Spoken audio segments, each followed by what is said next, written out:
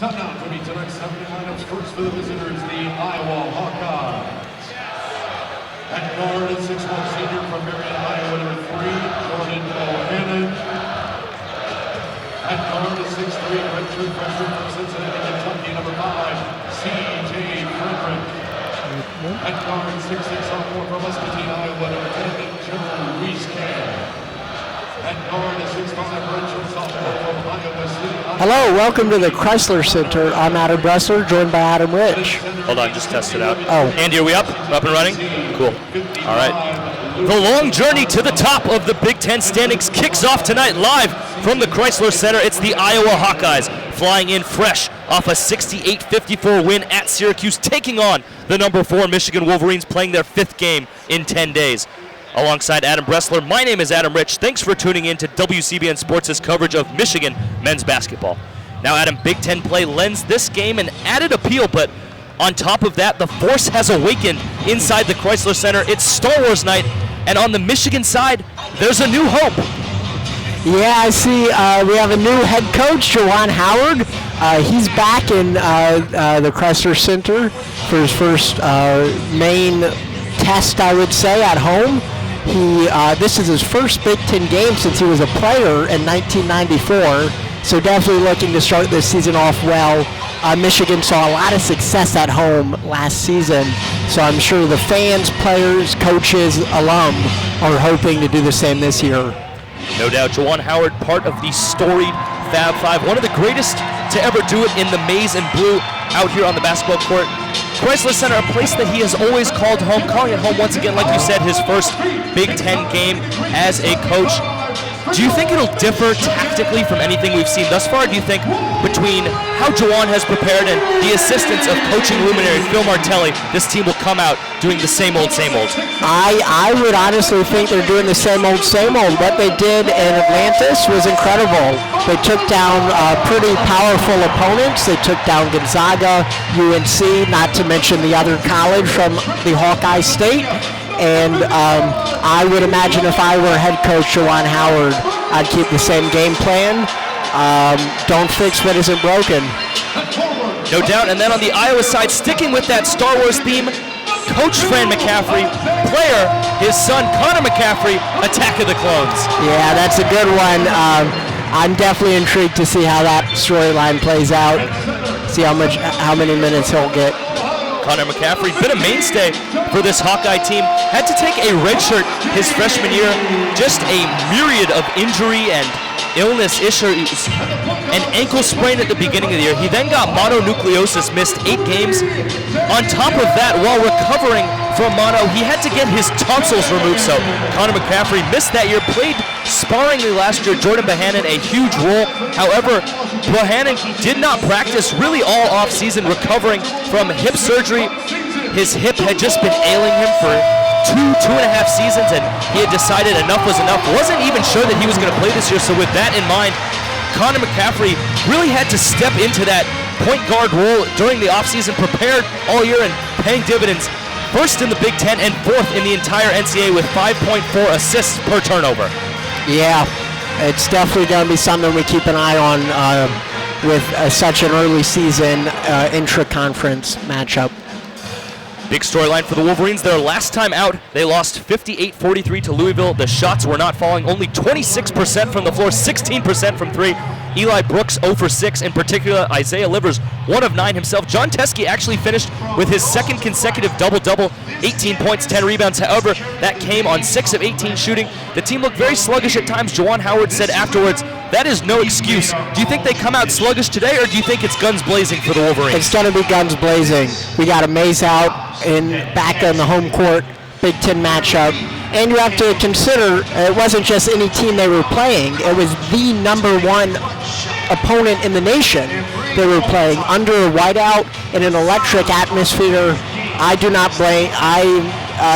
am not surprised that they had trouble getting points on the board on Tuesday. No doubt. And last night at the Crisler Center, a big win for the Michigan women's basketball team. They were here. We were here, in fact, at WCBN Sports broadcasting that one. The women defeated Syracuse in overtime, a hotly contested game. Michigan trailed throughout most of the second half, ended up surging late in that fourth behind a press led by star center Naz Hillman, manning the point of the press. Very rarely do you see a big that is that mobile leading the forefront of the defensive attack, but Hillman exactly that. Really pioneered, in addition to Kayla Robbins, the Michigan comeback. So a great start to the basketball week. Yesterday, the volleyball team just now defeating Northern Kentucky in straight sets down in Kentucky at the Lexington Regional. They'll be taking on Kentucky tomorrow. We won't have that one. We sadly cannot travel down there for that. Our star, Nick Hornberg, I'm sure he'd love to, but unable to. Anyways, now back to the action. The starting lineups: Iowa, Jordan Bohannon, CJ Frederick, Joe Wieskamp, Connor McCaffrey, Luca Garza; Michigan, Xavier Simpson, Franz Wagner, Eli Brooks, Isaiah Livers, and John Teske. Yeah, speaking of Kentucky, big announcement for Michigan basketball involving them. They're going to be playing a 3-game series over the next 3 years, including an international game in London. Really speaking to that global appeal that the Michigan Wolverines have, and the appeal tonight between Big Ten play and Star Wars. We can't wait to get underway. Hawkeyes with the ball at CJ Frederick, dumps inside Garza, looking to go to work on Teske. 18 on the shot clock. Garza left hook, can't get it to go off the front rim. Rebound Teske. Xavier Simpson rocking the white headband as the Wolverines rock the white jerseys. Hawkeyes in the black and gold on the other side. Michigan, the Jordan brand, looking good on them as it always does. Yeah, absolutely.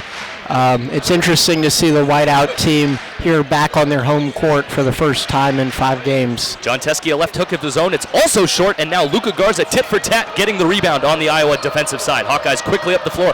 Jordan Bohannon decides better, pulls back, ball screen Garza. Bohannon looking to work with it. He pulls up and swings to Garza. Hawkeyes working around, nearly threw it out of bounds. Lucky to recover that one. 16 left on the shot clock, 19:06 on the game, still scoreless. Bohannon up top, isolating, looks to drive Eli Brooks, nearly pushed up, bumps, ends up firing. That one short, nearly rebounded Garza. Instead, Eli Brooks, the other number 55, taking it back for the Wolverines. Wolverines are looking strong, trying to get some points on the board with this possession. Iowa on defense, running a little bit of a man-zone hybrid, kind of switching on. Franz Wagner inside, can't get the layup to go. That one rolled in and out, nearly found its way to the bottom of the net. Instead, ends up out of bounds. Ball back to the Hawkeyes. And now with 18:38 left in this half, we're still scoreless here. Both sides 0 for 2 from the floor. Yeah, I'm a little bit concerned. This is just how the game started on Tuesday in Louisville. Hopefully Michigan could break out and get this game going. Iowa side, it is now McCaffrey. He puts that one up left hand, no good. Front rim, Garza, tough rebound down low, contested, flips it in with the right hand. A strong finish from Luca Garza, and for Michigan, defense their strong suit, 7th in Ken Palm in defense. Iowa on the other side, a sieve for the most part. Eli Brooks now 3. That one swishes through. The first points of the game for the Wolverines, now leading 3-2. Beautiful shot selection and paid off for the Wolverines. Hawkeyes quick the other way into Luca Garza, flips up with the left hand to put them now up 4-3, ticking just under 18 minutes. And this one, just like last night's women's game, progressing very quickly off the onset. Pass inside now, Isaiah Livers gets a touch on the block, looking to go to work, spins up and under, puts it in with the right hand. A nifty finish by Isaiah Livers to start on the left and finish on the right, curling that one in. Back on the Iowa side, driving is CJ Frederick. He glazed that one in off the glass. Took a redshirt year last year, didn't play against Syracuse in that Hawkeye win. He had a quad injury. Back on the other side, Isaiah Livers, he switches home a 3. Isaiah Livers, the quick answer on the Michigan side to a Hawkeye team that is looking to push. Livers well beyond the 3 on that one. Garza now working quickly. He tries the up and under, no good. Great defense by Teske, bodies flailing to the ground. The ball, though, going to go to Michigan. It was Connor McCaffrey coming from way behind, swatting that one out of bounds. Teske looks a little shaken up, kind of looking down and sluggishly, gingerly as well, working his way back towards the midcourt line, but looks like he'll be okay. Hawkeyes coming out in a little bit of a zone press now off of the missed shot. Wolverines, though, get it across. Now 21 on the shot clock, 7:07 game clock. Livers gets a pass inside, goes up with the right hand, can't get it to go. Teske tried the tip, ball batted around. Hawkeyes secure it, though, and now it is McCaffrey with another chance on the offensive end for the Hawkeyes. Pass inside once again to Garza. Seems like they've done that every single possession. Garza looking to go to work, trapped under the basket. A nifty finish, found a way to get that one up. John Teske seemed like he had him absolutely blanketed down low, but to no avail. Luca Garza, too skilled. Yeah, he has 6 out of the team's 8 points tonight, not to mention 3 defensive rebounds, excuse me. John Teske got a catch inside, had the smaller Frederick on him, traveled though. The ball going to shift back over to the Hawkeyes. 8-8 35 seconds to go till we can get to that first media timeout, and the pace thus far has been hectic, to say the least. Yeah, it's been nonstop. The game started out slow, but since then it's been nonstop scoring from beyond three for Michigan and in the paint for Iowa. And interestingly enough, the Hawkeyes, a team known for their three-point shooting, haven't taken one yet. CJ Frederick nearly took one of his own. Now, pass inside from McCaffrey to Garza. Once again, trying to go to work. He nearly stumbles, but flips it in with the right hand. Luka Garza dominating now 8 of the 10 Hawkeye points. Michigan back on the other side, working through their ball screen. Xavier Simpson has not shot the ball yet. He swings that one to Brooks, nearly threw it out of bounds. Great save, though, by Brooks. Now up top to Livers, 18 seconds on the shot clock. 10-8 Hawkeye lead, just under 16 minutes. Livers looking to isolate, swings Brooks. Remember, he didn't make a shot against Louisville. Almost shot that one. Great pass inside, but just beyond the outstretched arms of Livers, taken back by McCaffrey, looking to push. Numbers for the Hawkeyes. McCaffrey aggressive. Stripped on that one. Ball, though, going to stay with the Hawkeyes. And with that, we're going to head to our first media timeout. Iowa leading 10-8. The shooting coming in bunches. Combined, the teams are 8 of 15, over 15% from the floor. Not much in the way of defense, but a whole bunch in the way of speed and space. Yeah, and it's just incredible what Iowa, and specifically Luka Garza, has been able to do in the paint and under the basket. He's putting everything up. He's 4 for 6 on the day, but he's making some incredible shots. Teskey's playing him pretty tightly, one of the only guys on Michigan able to match him in size and height, and Garza is just dominating that matchup. And speaking of domination and Garza, those two seem to go hand in hand. He had 23 on Tuesday at the Carrier Dome, one of the toughest places to play in college basketball. Also the only Power 5 player in the country to average 20-plus points and 10-plus rebounds. That's incredible. Yeah. Some fun antics on the court. I don't know quite what's going on. It's the baby race. It's an all-time Michigan classic. One parent on the near side, another parent on the far side. Babies trying to crawl their way across. Most of them just about entirely content to go nowhere. One lucky baby made it halfway. And I believe they're dressed as Baby Yoda, if my eyes. The hottest new meme making the rounds, Baby Yoda. We got our fellow crew, Jack Molino and Lucas Vargas, who will be taking the second half of this game, laughing over to our right.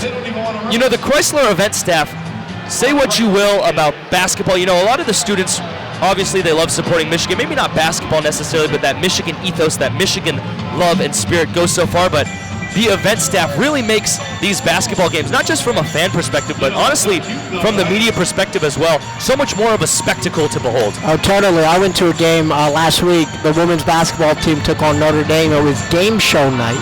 That was incredible. They had a ton of different game shows. They had a chance for someone to win like a flat screen television. The event staff really going above and beyond. This one Baby Yoda now going above and beyond, really the only one out of the starting gate. There goes the nearest Baby Yoda just about at the finish line, and they cross the finish line. Baby Yoda, number 1 on the near side, while all other Baby Yodas content to just sit there and do nothing. That one, a true leader and best down on the floor, a future Wolverine to be sure. Yeah, I'm sure that baby will be seeing something in the mail from the admissions office. Early admission returning to the game, like you said, Luka Garza dominating and very reminiscent of a player last night, Naz Hillman, eating down low on the block. And for Garza, it's interesting. It hasn't been the same move every time. He's been working from both sides. He's shown a face-up game. He's shown some post hooks. He's shown the ability to spin inside and go to work. Really showing off the entire arsenal is the skilled junior. Yeah, he's incredible, and just based on his sheer size, he's tough to stop. Even Michigan's senior Teskey, who's comparable, is unable to slow down his scoring.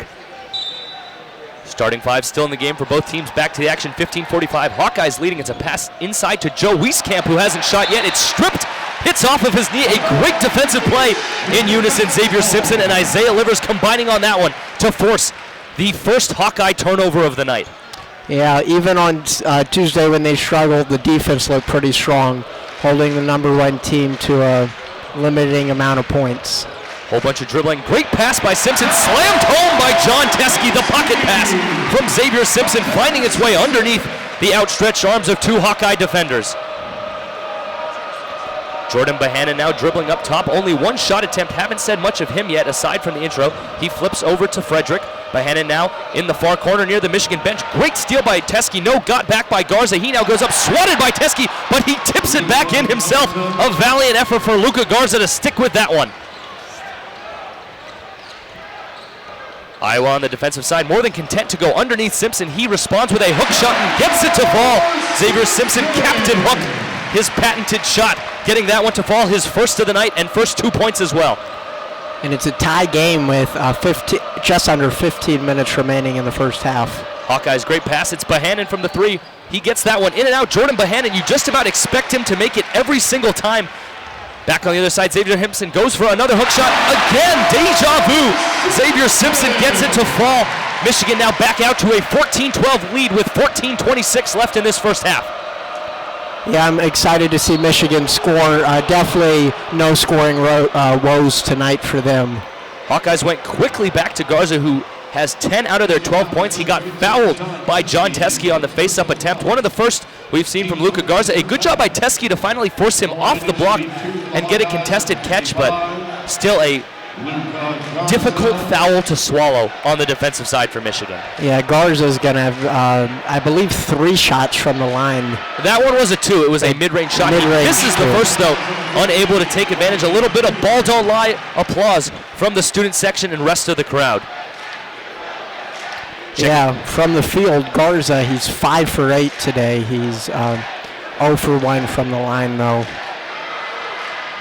Garza hits that second one. First sub of the game, it's Ryan Kreiner, and I was speaking with his mom beforehand. She woke up at 3 a.m. this morning to drive from western Iowa, the Sioux City area, to come support her son. She's a school teacher, so tough for her to get the day off. Other side, Eli Brooks, he pulls a 3 in and out. Teske tries to tip it. Ball being batted around. Bodies flying. Franz Wagner secures it and puts it into the hoop.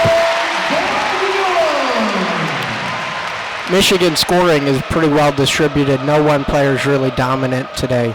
Joe Wieskamp, his first attempt, no good. Hawkeyes, it's Kreiner getting the rebound, skips it. Now it's Garza, his first 3-point attempt of the night off the back rim. That ball rebounded strongly by Livers. Michigan now pushing. John Teske just off the fingertips. A little bit of an acrobatic move to skip over the cameraman underneath the basket and avoid a collision. That would hurt. The 7-1 Teske steaming at you, but for Michigan, now their 3rd turnover of the night. That's a rough lost opportunity. That fast break very likely would have ended on 2 points. And a good look for Simpson, the great vision. Teske, a guy that doesn't quite lumber like most bigs his size do, streaking up the court, however, like you said, unable to be rewarded. Iowa now back on the offensive side. It's Kreiner swinging over to Frederick. Passes inside. Garza once again going to work. It's a right hook. It's contested. Kind of faded away. No good. Livers with the rebound. Livers, he's got Kreiner on him. Slows up and thinks better of it. Livers looking to ISO. He drives left, past baseline. Franz Wagner stripped, but a foul instead on Jordan Bohannon. A great cut by Franz Wagner. Something reminiscent of another Michigan foreign great, Nick Stauskas. Oh, yeah, absolutely. A little bit of a difference between Canada and Germany, though, but going to send Wagner to the line for 2. Potentially will make it a 5-point game.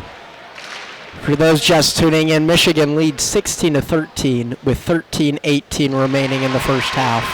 Franz Wagner hits the first, and for Wagner, just when it seemed like everything was starting to click, he really made a name for himself in practice.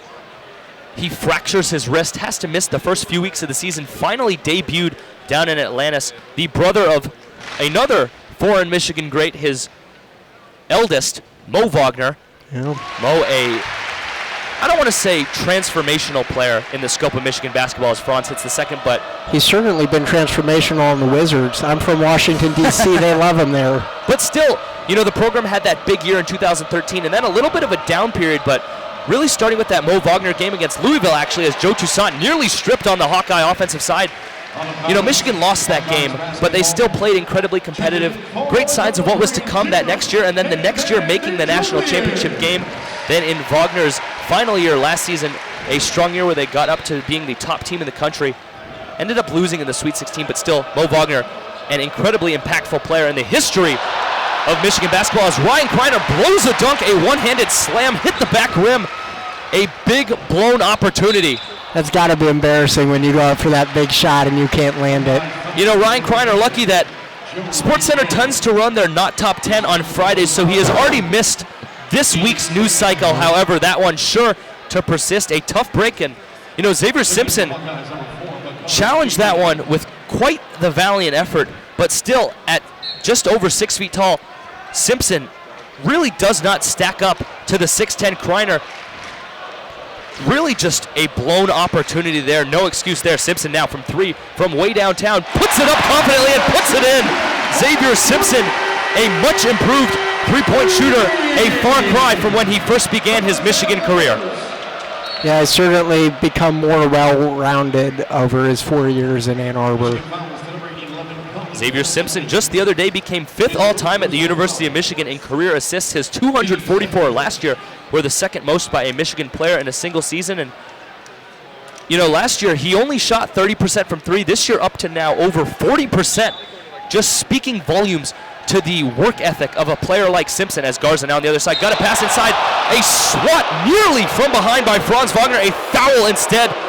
He got all ball on that one, but the contact underneath on the body, as Iowa now going to have a chance at the free throw line, trailing 13-21 with 12:27 left in the first half.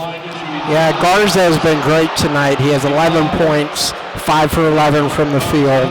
But one player can't win a basketball game. Michigan's really fortunate. They have a solid 5 guys led behind Xavier Simpson. And they got a well-rounded team. Simpson, he's just really stepped up as a leader this year, more so than last, and it's definitely paying dividends with this new head coach and Juwan Howard.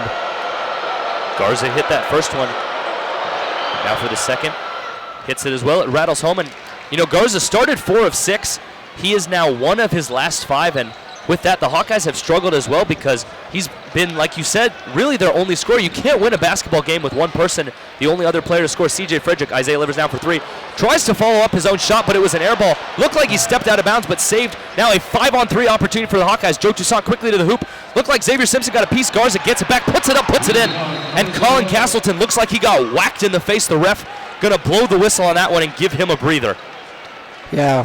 Garza, he has 15 of the 17 points for the Hawkeyes today. You can't win like that. Despite what LeBron might think, one player does not win games. And for Iowa, a team that loves the 3-ball, I mean across the board, Joe Wieskamp, the Big Ten leader last year in threes, Jordan Bohannon, one of the all-time great shooters the past few years in the way of shooting threes. Only 2 as a team haven't made a single one on the Michigan side. They have been feeling it from their 3 of 5 in addition to from the field, shooting 8 of 13 as a team, 61.5%. As we take a quick break here down on the floor, Colin Castleton being tended to over on the side. Looks like it's Austin Davis now up off the bench. He's got his warm-up piece off. Looks like he'll be checking in for the, I don't want to say injured Castleton, but momentarily banged up. Yeah, for Michigan, they got to keep this momentum rolling, despite it seemingly dominating the pace of play and almost all the possession momentum. They're only up by 4. They're leading 21-17, 8 minutes into the game, a bit under 8 minutes. So they need to keep their foot on this gas, keep the momentum, because as we've seen in Atlantis, slip up could be a massive swing of points. Returning to Atlantis, Michigan there last week during Thanksgiving. They feasted fittingly down there, winning all 3 games down at the tournament en route to the championship. John Teske, the Battle for Atlantis MVP in that championship game against a Gonzaga team that's always been known for their bigs. This year, Killian Tilly, a potential lottery pick, running the show down there for them. Teske, 19 points, 15 rebounds. Xavier Simpson, a huge game as well in that championship. 13 points, 13 assists, 6 rebounds for the senior point guard, and Teske, the senior center. Really, those two combined speaking to the impact that veteran leadership can have. And this was a Michigan team that wasn't forecasted for all that much before the year began, but those seniors really leading the charge and making a name for this year's Michigan Wolverine team. Michigan was really streaky, especially in that tournament. They played pretty well the entire time, but there were moments where they just lit it up. Like against UNC, they made them look like a high school team going 17-0, have a 17-0 run. Similarly with Gonzaga, they extended their lead to close to 30 points at one point. And that's the greatness, looking at that game, even though it's preseason. Moments like that are what make me confident about the success of this team coming into March and possibly even April. And that 17-0 run, not just the offense, but the defense as well. That entire game, they held North Carolina to 15% shooting from three-point range, in addition to stroking it on the other end. Michigan back on the offense side. Livers looking to stroke one from three, puts it up, can't get it to go. Rebound by Cordell Pemsel. He also missed, like C.J. Frederick, the game on Tuesday against Syracuse, but back here tonight. He's got the ball now on the perimeter. Iowa looking to go inside to Kreiner. Luka Garza finally out of the game. Iowa going to have to look to manufacture some offense from elsewhere. Wide open inside. Now it is Pemsel. He pumps. He's jumped from behind by Livers. Comes up a little gimpy, but now a chance for two at the free throw line after the 11:34 under 12 media timeout. Yeah, so 2 points. It would only make it a 2-point game if they make both of these from the line. Somewhat concerning for Wolverine fans just how close this game is. Michigan, even when they're making all their shots, they have some good defensive plays, manufacturing some turnovers. They haven't been able to run away from this quite yet. Iowa doing a good job to stay competitive on the glass. They've got 4 offensive rebounds, so certainly crashing that hard, making up for several of the missed field goals, namely Luka Garza down low, who leads the team in both points and rebounds, 15 points and 4 rebounds. And you know, returning to the disappointment of Michigan fans, a big breaking news story today out of Cleveland regarding John Beilein and Cavaliers players' dissent with his coaching methods. Adam, can you speak more to that? Yeah, I think it's just a big difference switching from NCAA to the NBA. First of all, in college, a lot of these players are still developing as players. You might come out of high school with 1 or 2 solid attributes, but you need to be well-rounded, and Beilein was incredible at that. When you're in the NBA, if you get drafted or if you get signed by one of the 30 teams in the association, you're pretty much done developing. Granted, some NBA greats have been able to add some skills over that time, but it's a lot different role of a coach, and I feel like Beilein, he's still going into the Cleveland Cavaliers team as if he were a college coach. And a lot of these players who are getting the big bucks and they are making it on the Sports Center, they don't want to be treated like a college student, and I sympathize with that. And it's tough, but Beilein's going to have to make some adjustments in his coaching style and philosophy. Yeah, alluding to that, it seems like despite all the success John Beilein has had at the lower levels, the report indicated that players don't trust him, and they tend to overlook him when they need advice, when they need coaching. They just about immediately look for the advice from assistant coaches such as J.B. Bickerstaff, a guy who's been around the league for a while, but still John Beilein, a guy who's been around basketball a while. He knows basketball, but like you said, that element of being treated like a professional as opposed to a college student, you know, John Beilein, a guy that probably, it's a little bit awkward for him to give these guys more leeway. And, you know, yes, you're getting paid, but a lot of these players on the Cavaliers roster, younger players who seem to need the guidance along the lines of Colin Sexton, Darius Garland, these recently selected players who are still under 20 years old, players that profile still mentally as college students. Yeah, and I think for Beilein, it's just some growing pains, a learning curve in his new position. He took over a team that was really lacking talent and success when he entered. So I'm not surprised that they're close to dead last in the East, but I am a little bit surprised to hear some of these reports from ESPN. Yeah, certainly odd that with a guy who is that respected, that renowned, and not just over the course of brief periods, over the course of his entire career, John Beilein has been known as a class act. And the few interactions I had with him, always loved speaking with him at press conferences, hearing him talk, watching him coach, watch his demeanor on the sideline, watch the way he approached tactics, and like you said, just tough sometimes to make that transition. You'd think it's basketball. How fundamentally different can it be? But one of the larger elements that we haven't really touched on that I think goes along with the idea of college students as opposed to professionals, when you're in college, a lot of the people on the team aren't going to play professionally. A lot of them looking for life skills that tend to translate elsewhere, whereas for a lot of these basketball players at the professional level, it's not that it's about the money, but there's a certain element and a certain aura of the lessons being less important because basketball is their life now that they're just athletes and no longer student athletes. Yeah, exactly. And I do have to say ego plays into it a little bit. When you are that good and you have been that good for so long, you get a certain mentality surrounding you. And granted, that's a generalization. I'm sure some NBA players might not have that ego, but even just implicitly coming in, there's some expectations that you have in your relationship with your head coach. An interesting little note on Beeline, moving a little bit more positively, a former Hawkeye, Tyler Cook, with the Cavaliers and with Coach John Beeline. So a little bit of a conglomeration, if you will, at the professional level between Hawkeyes and Michigan Wolverines. But returning to this one, we should be back from the media timeout. Instead, Colin Castleton's blood being cleaned up from the Block M. When he got whacked in the face a little bit before the media timeout, he had a nosebleed, hopefully not broken, but still the medics out there making sure to sterilize the court, a whole bunch of medical equipment, the mop now picking up the scraps there. Not necessarily a hazard, but still something you absolutely want to look out for. Absolutely. Once again, we hope that Colin Castleton ends up okay down there. But back to the Hawkeyes. Speaking of scoring, Luka Garza being the only one who's really done it. He's got 15 out of 17. A lot of that goes back to losing Isaiah Moss. Isaiah Moss, a talented off-ball guard for the Hawkeyes last season, decided rather than play out this year at Iowa to transfer to Kansas instead. That move has served him well. Major rotation minutes for the number 2 team in the country for Isaiah Moss. Back to the action. Finally, after all the blood has been cleaned up, Cordero Pemsel hitting the first free throw at the line, 21-18. Like we said, Cordero Pemsel missed the last game for this team. He had a back injury, but seems to be okay now. He hits the second one as well. The Michigan lead now cut down to 2 as Iowa comes out in a little bit of a zone press. Michigan finally breaking the timeline, and Iowa now in a kind of awkward hybrid. It's almost a 1-2-2, if you will.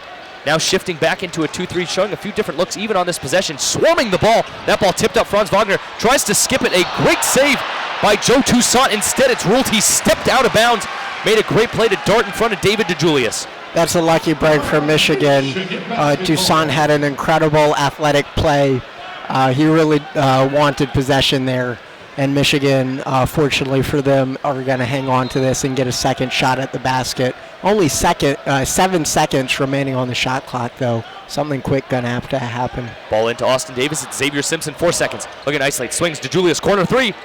No good off the rim. But a great rebound by Brandon Johns, who recently checked in. Johns in the game along with DeJulius, Simpson, Wagner, and Austin Davis. Johns now a catch, looking to go high-low. He does get it to Davis, who lays it in with the smaller Bakari Evelyn posted against him down in the lane. And with that, Michigan takes a 4-point lead. Great steal by Franz Wagner. Could have an opportunity. Races down the court. He's pushed from behind. He'll have a chance for 2 at the line.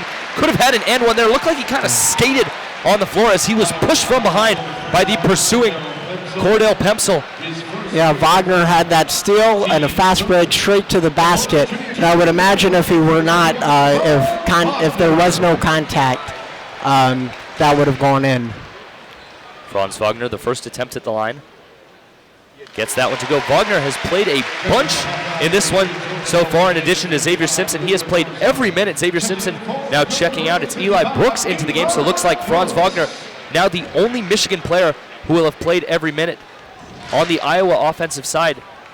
Once again, alluding to the fact that really no one has been able to get it done aside from Garza as Wagner hits the second to give Michigan a 25-19 lead. Iowa only one of their last 7 field goals, slowing down considerably. However, the defense doing just enough to hold on. Offensive side now, it's Wieskamp. He drives, flips it up with the right hand, banks it in. A strong finish from the sophomore from Muscatine, Iowa. Yeah, and Michigan looking to slow down the pace of play. It's still a 4-point game, so really close despite Michigan's better ability to distribute the scoring in this one. Wolverines looking to get the ball inside. Eli Brooks does. He drives inside, flips to Wagner, who tries to slam it home, but he's stifled and fouled instead by Luka Garza. No made basket there, but Franz Wagner now going to have another chance at the free throw line. He's already been there twice, where he is 4 of 4 on the night.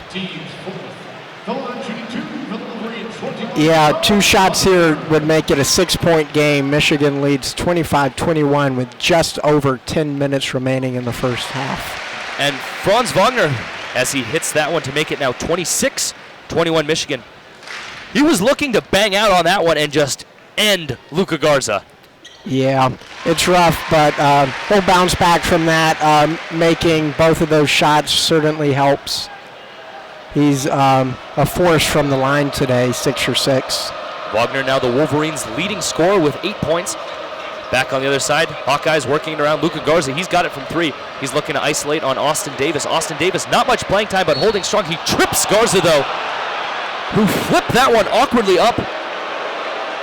Collective boos because it looks like Garza is going to be granted a shooting attempt at the free throw line, or so the fans believe. Instead, looks like we're going to get a baseline out of bounds. No shot called by the referee. Those fans baseline thought that Garza had been granted a shooting foul, but to no avail. Yeah, if that were a shot, that would have to be like dude perfect to get in. Garza looking to isolate, spins up awkwardly with the right, can't get that one to go. A forced shot from Luka Garza. Really looked like he doesn't have any trust in his teammates with a shot like that. Yeah, it's rough when your team, when you have 15 out of your 21 points on your team. DeJulius, a deep 2 off the back rim, bounces up, bounces in. David DeJulius, a friendly home bounce. Welcome back to the Crisler Center is what the Rims are trying to say there. Yeah, certainly a lucky bounce there. Looks like the luck is in Michigan's favor today. Garza once again nearly had it inside, stripped by Davis, tried to save it, but bounces that one off the leg of Luka Garza. A fantastic play by Austin Davis, hustling off the bench. Yeah, Michigan seems to have a lot of hustle this game. I like to see that. Going for it on every play, every loose ball they're diving for, every opportunity they're going up for. After shots, they're scrambling for the layups. It's proving well for them so far as they have an 8-point lead. Yeah, Michigan up 29-21, 9:09 to go in this one. Colin Castleton slowly walking back from the locker room. Looks like he'll be joining his Michigan teammates once again on the bench. Got that nose all plugged up. David DeJulius isolating up near the block M. Iowa once again showing zone. DeJulius now a catch on the right wing. Wanted to shoot. Swings over to Brooks. He's covered by McCaffrey. Up top to Julius, looking to isolate. Deep 2 once again. Can't get that one to go. Almost wedged itself between the backboard of the rim and the Hawkeyes. Now looking to push and trim this Michigan lead down from 8. Bohannon gets in the middle, floats it up, floats it in. A friendly bounce on the Hawkeye side that time for Jordan Bohannon, his first 2 points of the night. And with 8.5 minutes remaining, Michigan leads 29-23, so it's still close enough for either team to win out. Michigan in their zone offense, and pass inside to Teskey, flips down low, John slams it home! Brandon Johns, a great back cut. We saw one earlier from Franz Wagner. We see one there for Brandon Johns, who nearly makes a heroic defensive play. Jordan Bohannon now drives, flips it up, a contested shot there, great defense. Eli Brooks, questionable decision. Jordan Bohannon, Michigan, now coming back under 8 minutes, leading 31-23. 5 fouls against Michigan, 4 against the Hawkeyes. Hawkeyes still in the zone. Brooks from way downtown, that one rattles in and out. A deep 3 from Eli Brooks. He's got the green light though, and he's had it all year long. Yeah, he's 1 for 3 from beyond the arc tonight, but certainly has that green light. Joe Wieskamp swings to Bohannon. He gets to the lane. He floats that one up with the right. An awkward shot there. He thought he got fouled, but the ball instead trickling out of bounds. And with that, we're going to now take the 3rd media timeout of the game. Michigan leading 31-23, and they've really been dominating these past few minutes. The score doesn't quite show it to the degree to which they have, but they have been stifling Iowa on defense and dominating Iowa on the offensive end. Yeah, it's been nonstop. The defense has been incredible, really limiting Iowa's points. And although it is, it might seem close with the scoreboard saying 31-23, it's not really reflective of what we've been seeing up from the booth in the Crisler Center. And last year, one thing we saw a bunch in the Crisler Center was Jordan Poole playing for the Michigan Wolverines. Jordan Poole now with the Golden State Warriors in the NBA, and Jordan Poole has been struggling, to say the least. Yeah, he has, and he's gonna have to going to have to make some adjustments, I think. What are you pulling up his stats? Does it say what he has? In the past 3 games, he has played a combined 47 minutes. In that time frame, he has scored a single point. He has shot 0 for his last 16 from the field, including 0 for his last 9 from 3. And yes, he's contributing a little bit in the way of rebounds and assists, but as a whole, I saw an argument on The Athletic that Jordan Poole could very well be a bottom 5th percentile rotation player in the league this year. Yeah, and it must be an odd feeling to be drafted by Golden State, so hyped going to such a great team, and they are undisputedly the NBA's biggest disappointment this season. People generally thought that the Cavs and that the Wizards and that the Knicks would struggle, but I don't think anyone saw the Warriors doing as poorly as they are doing. Yeah, the Warriors, the worst team in the league at 4-19. They're even worse than the New York Knicks at 4-18, who fired their coach today only 22 games into the season. And like you said, high expectations for the Warriors. Poole was expected to really fit that almost Klay Thompson mold of catch and shoot, play some defense. Hasn't quite done that thus far. And Steph Curry got hurt. Draymond Green has been banged up throughout the course of the season. It's been reported that Klay Thompson won't play the entire year. So it looks like it'll be rough sledding for the foreseeable future for Jordan Poole. Yeah, I think the Warriors are just going to have to take an L on this season, potentially get a top 2 or 3 draft pick, and then just go full steam ahead and be really dominant next year. For the Wolverines, it must be nice being back in the state of Michigan in the Crisler Arena. They had a 3-game tournament last week in a ballroom in the middle of the Caribbean. Then they went to Kentucky, the Bluegrass State, and played against the #1 team on whiteout night in an electric atmosphere. So I'm sure both the players and coaches are relieved to be back at home. Well, the last time they were here against Houston Baptist, they scored 111 points, just an absolute offensive clinic. Isaiah Livers, Xavier Simpson, and Colin Castleton all had career highs in scoring in that game. Yeah, Houston Baptist, it's not quite Iowa, though. Different level, but still, it's still an incredible certain level of game. confidence that comes when you can put up 111 points against any D1 team. Luka Garza lays that one in. Seems like he's trying to put up 111 of his own. He now has 17 on the night as the Hawkeyes now draw within 6. 31-25 Michigan. Out of the TV timeout, it's 7:12 left in this one. Michigan still seeing in Iowa zone. Isaiah Livers from the mid-range, a contested shot. John Teske tries to get the rebound. 3rd attempt, gets it to go. The 2nd tip, no good, but the resiliency from the senior big man. That was one of the struggles we saw on Tuesday. Michigan was unable to get these rebounds and put it back in. When they did get the rebounds, which wasn't as common as they normally did, they just couldn't get those second chance shots. And Luka Garza, once again, his 19th points of the night. We said he's the only player, D1, Power 5, to average 20 points and 10 rebounds a game, but he's already got 19 today, well on his way to surpassing that mark. He's got double figures in every single game but one this season.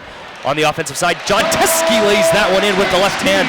A great pass from the corner from Isaiah Livers. Michigan just slicing and dicing the Iowa zone defense. Yeah, and I think this really speaks well of Michigan. They've distributed the scoring. Simpson leads with 7, but not far behind is Livers with 5, Teske with 6, Brooks and Johns Jr. with 2 and 3 respectively. And Franz Wagner on the bench with 8. But now, speaking of the bench, it'll be John Teske headed back there as Austin Davis checks in. A 2nd foul of the half, a very tic-tac one there. Looked like an Iowa player was just trying to cut across John Teske, so much as put a hand on him to try and mildly slow his progress, and a tough break there. Iowa now with the ball, 18 seconds on the shot clock, trailing by 8. 35-27, 6:10 to go. Joe Wieskamp hasn't gotten very involved. He tries there, a tough shot, sends it over the backboard for the most part. Michigan now pushing back the other way. Xavier Simpson decides to pull up, though, thinks better of it. Eli Brooks almost won at a long-range 3. Michigan now working it around the perimeter. Pass into the slot, it's Livers. He's double teamed, kicks up top. Michigan once again working around. Pass in the middle. Davis out back to Simpson. Simpson looking to drive ball screen. Swings to the corner. It's Johns from 3. No good. Austin Davis had the rebound, but before he could secure a foul on the floor against the Hawkeyes. That one, their 5th team foul. No free throws for the Wolverines, but the effort on the offensive glass has been there as of late. They've now got 4 offensive rebounds for the game, and that's before you factor in as Garza checks out with a costly second foul. Tons of opportunities off of made shots where they have been tugged and gone to the free throw line. Yeah, Garza only has 2 fouls on the afternoon, but if he fouls out today, game over for the Hawkeyes. He has been the Iowa Hawkeyes. Yeah, I mean, it might be game over without him. 19 of the 27 Hawkeye points, like you've said, time and time again. Really, the lone 4 rebounds, too. Just can't understand his that. mark all over this game, and lots of opportunities for many Hawkeyes. Instead, that call going to be reversed from an alternate referee. The foul instead against Austin Davis. They ruled he hooked Garza on that one, and that is why the down referee had thought that the foul was against Luka Garza because Austin Davis was flailing his arms. However, Davis flailing his arms as the refs met with the collective ire of the Michigan crowd. And that's especially brutal because that's the 7th foul of the afternoon. So it's going to send Garza from the bench to the line. He only has 1 foul now, so he's back in the game. And not only 4-point swing on top of that. Exactly. And it's still a close one. It's 35-27. Anyone's game. We still have 25 minutes of play left ahead of us. Luka Garza, the first attempt to the 1-and-1, rattles it home. He was greeted by arguably the loudest jeer the Crisler Center has seen all year long. Oh yeah, no doubt. Pretty good showing from the fans. I'd say it's about 90% full today. Student section is certainly electric. Yeah, a great sight to see the enthusiasm, even amidst final season. The Michigan faithful coming out to support their team, and this team has deserved it. On Monday, they made the largest jump in the history of the AP poll. Brandon Johns now pulls from 3, hits from 3. From the corner, Brandon Johns extending the Michigan lead out to 9 with 5:25 to go.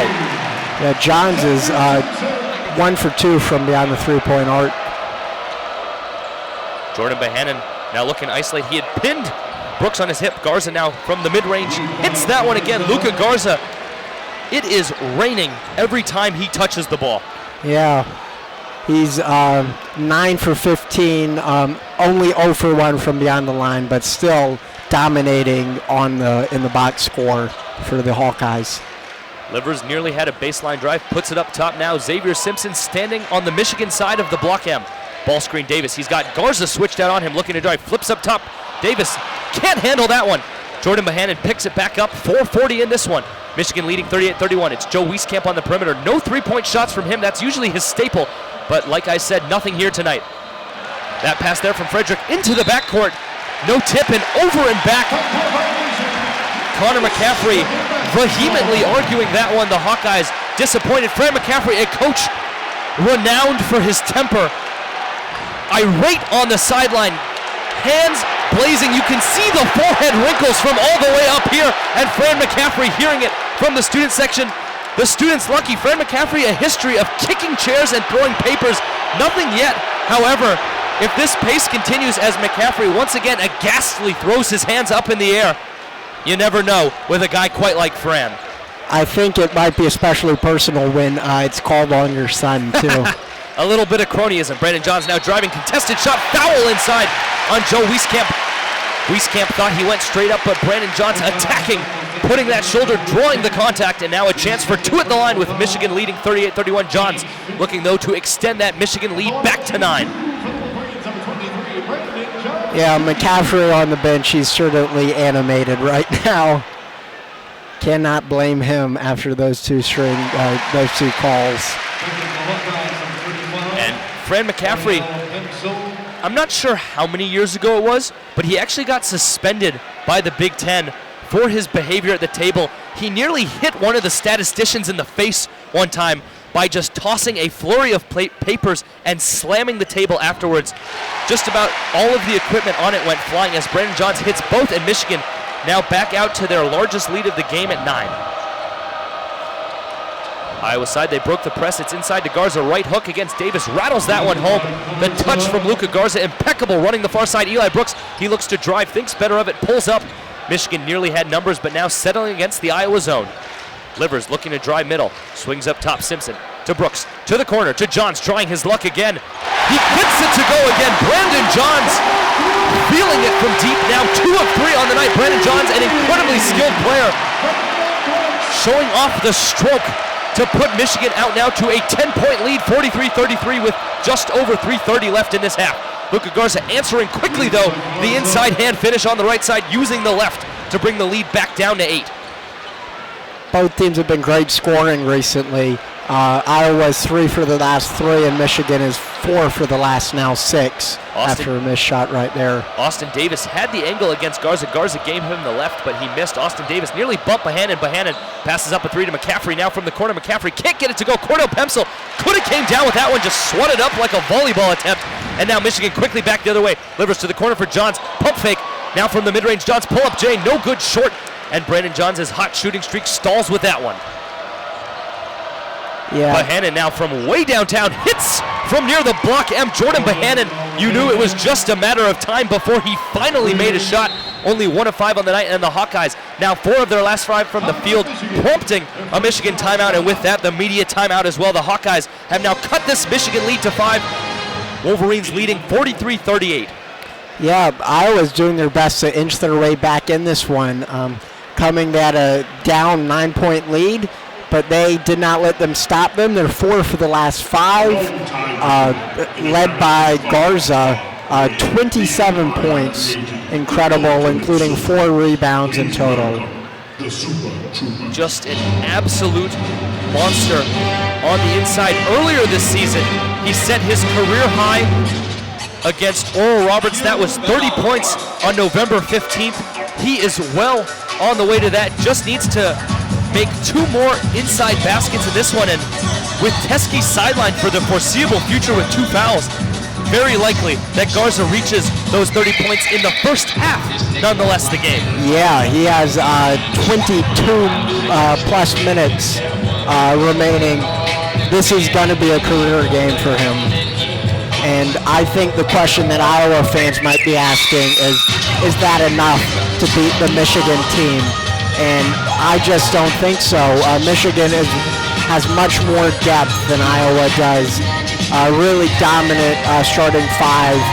And just look at the players who have made points from beyond 3. We got Brooks, John, Simpson, Livers. All of them have made at least 1 shot from beyond the arc this afternoon. So just shows how great they have been at distributing possession.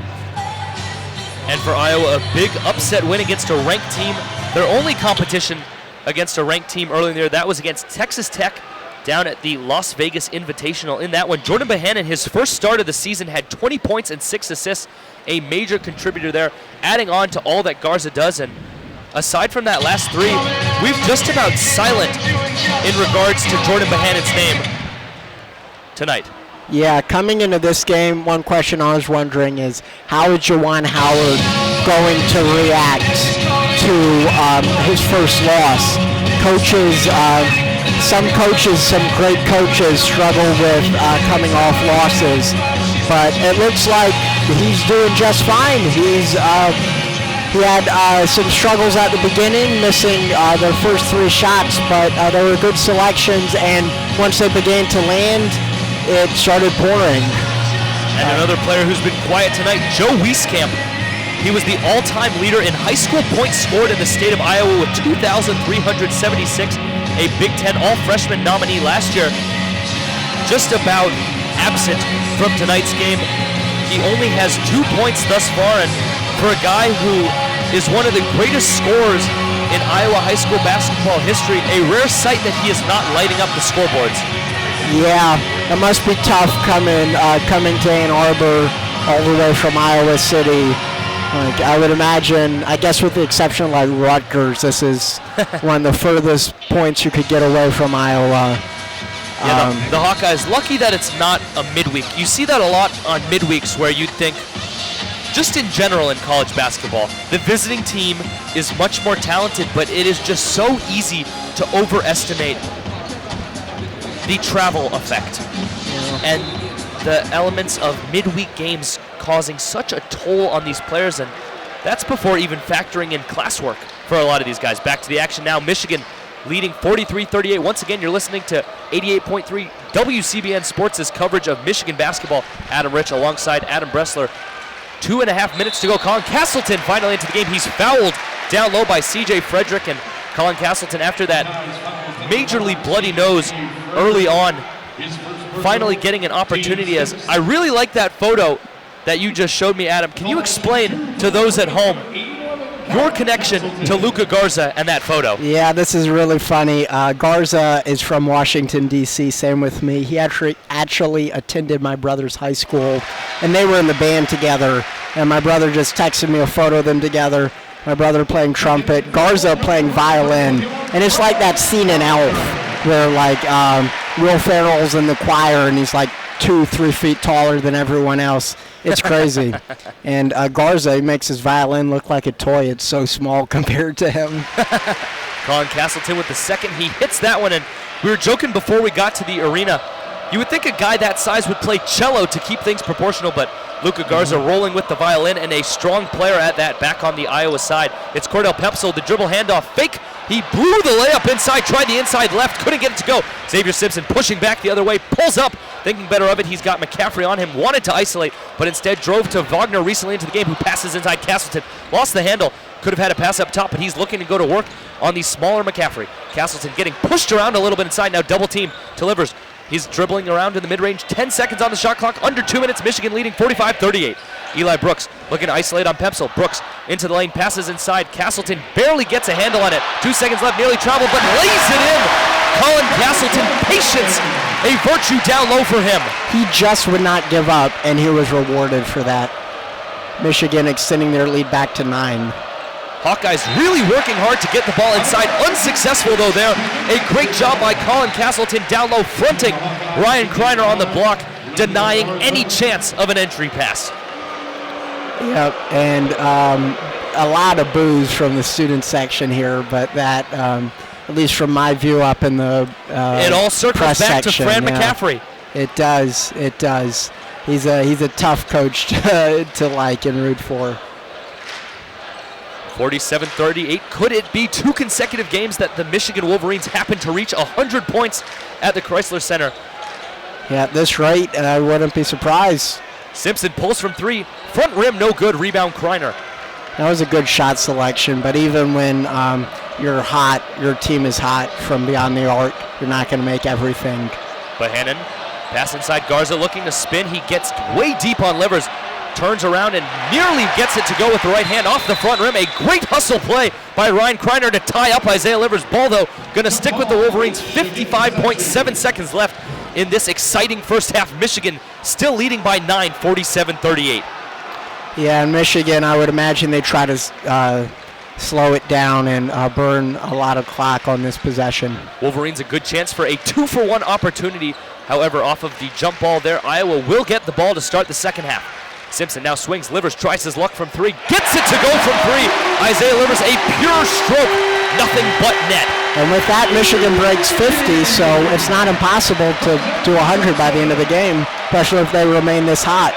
Doing a little bit of quick math. Well on their way. Michigan now a 7-0 run. Iowa has not scored in the last 2.5 minutes. Taking things relatively slowly here. It's a pass to C.J. Frederick. Haven't heard much of his name. Only 2 points for him.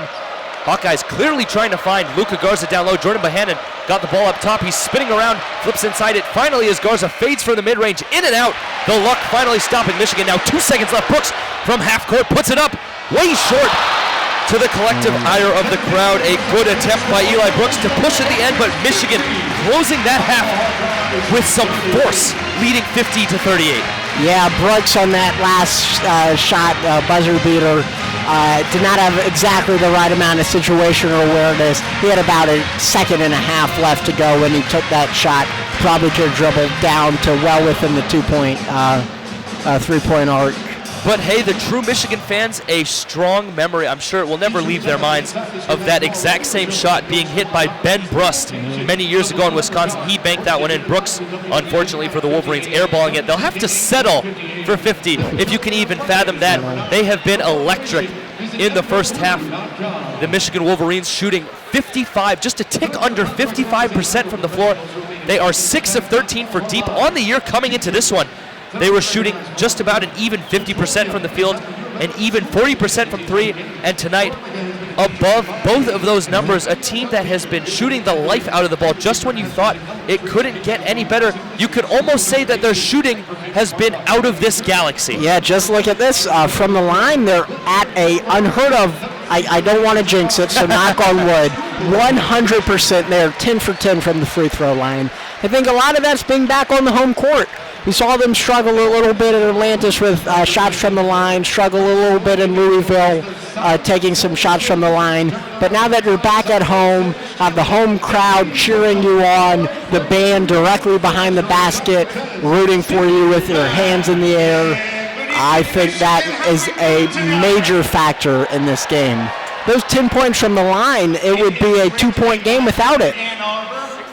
And speaking of 10 points on the Michigan side, their leading scorer with 10 points, an unlikely candidate, Brennan Johns. What's he been doing tonight to lead the charge from the Michigan offensive side? Yeah, Johns, he just won't give up. He's being super persistent, very dominant to good shot selection, and also a tad bit of luck. Shots are landing, but when you have a player of that fundamentals and those skills, the luck's going to end up going your way eventually, and that's what we're seeing tonight. Elsewhere for the Wolverines, it's Isaiah Livers with 8, Franz Wagner with 8. He had 8 very early on. We didn't see much of him late in that first half. One foul, maybe Juwan Howard hoping the youngster wouldn't pick up another. At the same time, though, Michigan was rolling without him. They were rolling with him as well, but especially so while Wagner was on the bench. So sticking with what works, Xavier Simpson with 7, John Teskey with 6, only 3 rebounds, so that streak of 2 consecutive double-doubles could be in jeopardy. Eli Brooks with 3, DeJulius with 2, Castleton with 4, Austin Davis with 2. And you spoke earlier to the breadth of Wolverine scoring tonight. How about every single player who has put their 2 feet on the floor scoring points tonight for the Michigan Wolverines? Yeah, that's incredible, and at the end of the day, that's the difference between them and the Iowa Hawkeyes. Iowa has a really talented player in Luka Garza, and mark my words, he's going to be playing in the association for a long time, but when you only have one of them and you can't distribute and the next highest player has 5 points, that's not a recipe for success, especially on the road. And the 5 points have been tough to come by as well. Hawkeyes not named Luka Garza on the night, shooting a harrowing 4 of 15 from the floor. So even when they have gotten shots up, which has been rare in and of itself, Garza with over half of the team shots, they just have not been falling. And very clear that Iowa wants to work the ball inside to Luka Garza. Michigan later in the half did a better job of forcing him out into the mid-range. He did end up missing those last few shots he took from the mid-range, albeit a bit more contested, but still able to relatively impose his will on the inside, even against some big units like John Teskey and Austin Davis. Yeah, Garza started 5 for 6 from the field. He's now down to a more manageable 11 for 19. That's still very impressive stat line, especially against this electric Michigan defense, and especially when he had Teskey paired with him for a good portion of the first half. John Teskey, no slouch on the inside. The offensive stats, pretty impressive too.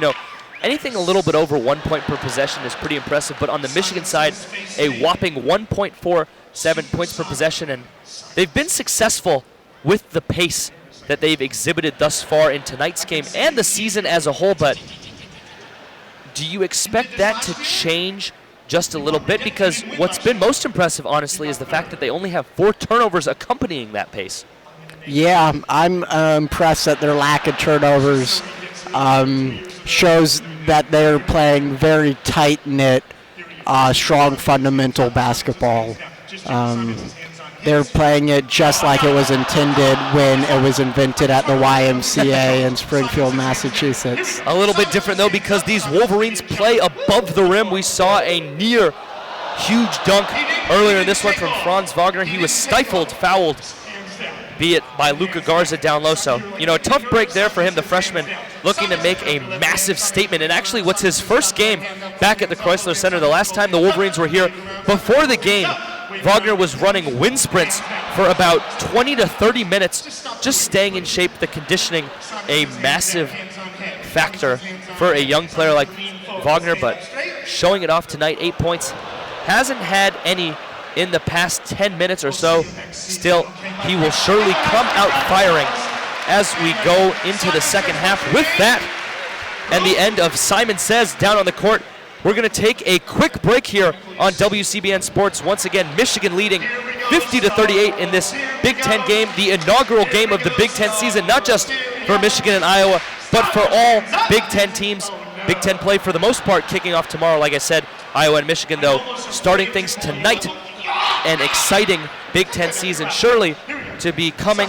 We'll be covering just about every game here at WCBN, so we hope that you will stick with us in the future. Once again, we thank you for joining us in the first half tonight. For Adam Bressler, my name is Adam Rich. We're signing off for the first half. Jack Molino and Lucas Vargas will have you in the second half, but they will surely bring you a great experience as the Michigan Wolverines look to bring this one home, coming out of halftime with the lead, 50-38. Yeah, go blue, and we'll be back shortly.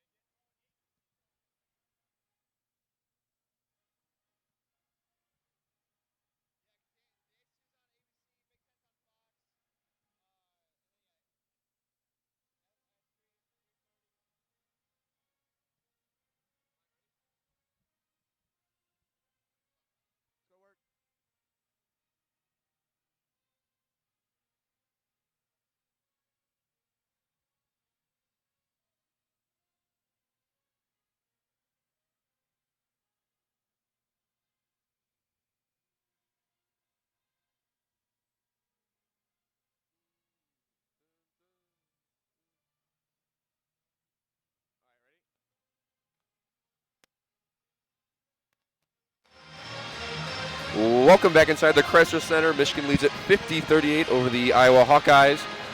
I'm Jack Molino alongside Lucas Vargas. Adam Bressler and Adam Rich had the call in the first half.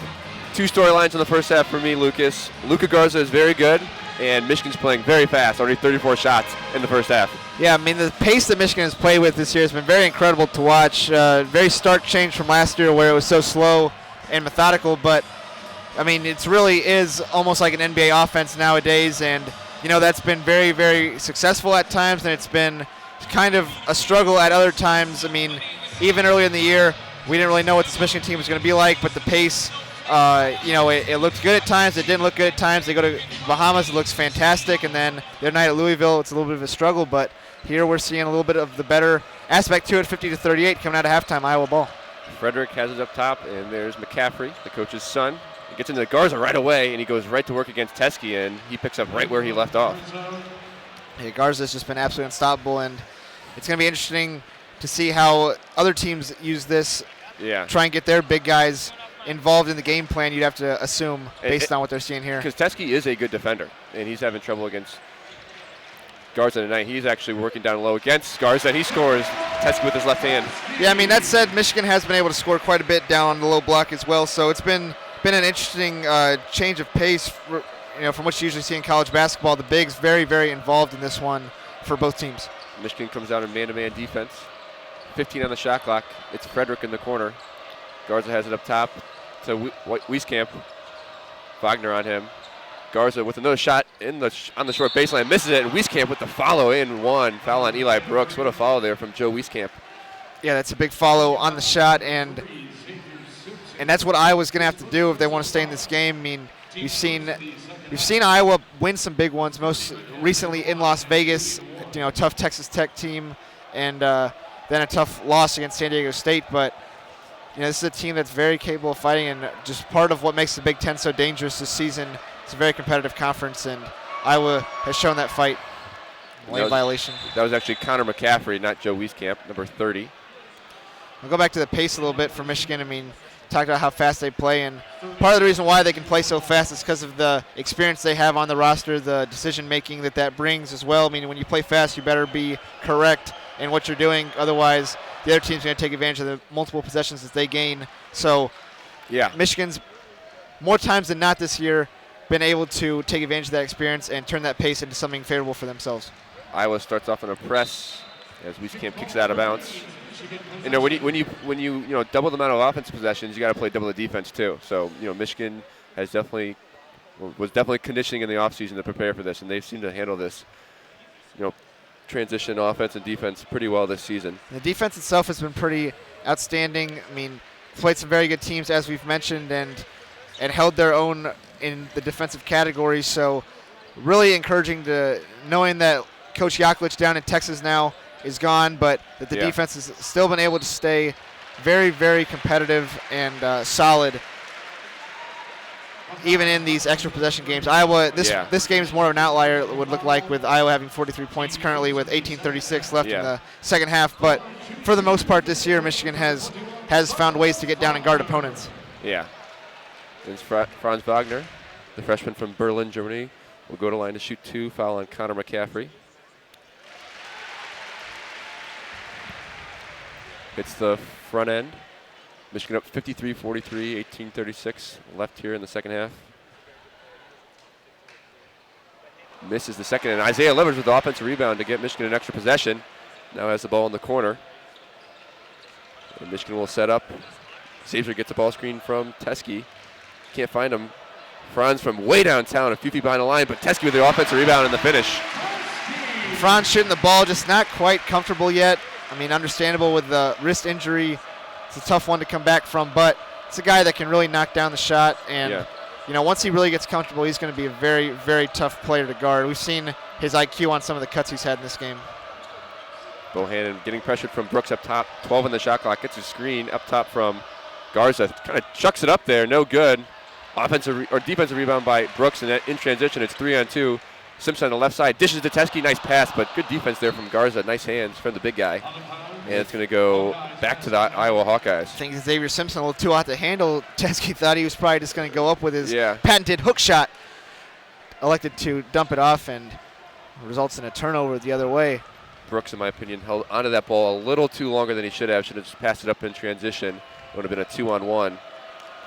Now Iowa has it, 17-46. Michigan leads by 10. Wieskamp on the near side wing. Stop short corner. Looking for Bohannon. Finally gets out to Garza. Garza dribbling across the lane, or top of the key left side. Bohannon now back to the top of the key, and Garza for three, and he can shoot it just off the rim, and Wieskamp bats it out for an extra possession. It's going to be a foul called on Michigan, and Wieskamp just not boxed out at all, and he takes advantage of that, and now they get an extra possession out of it.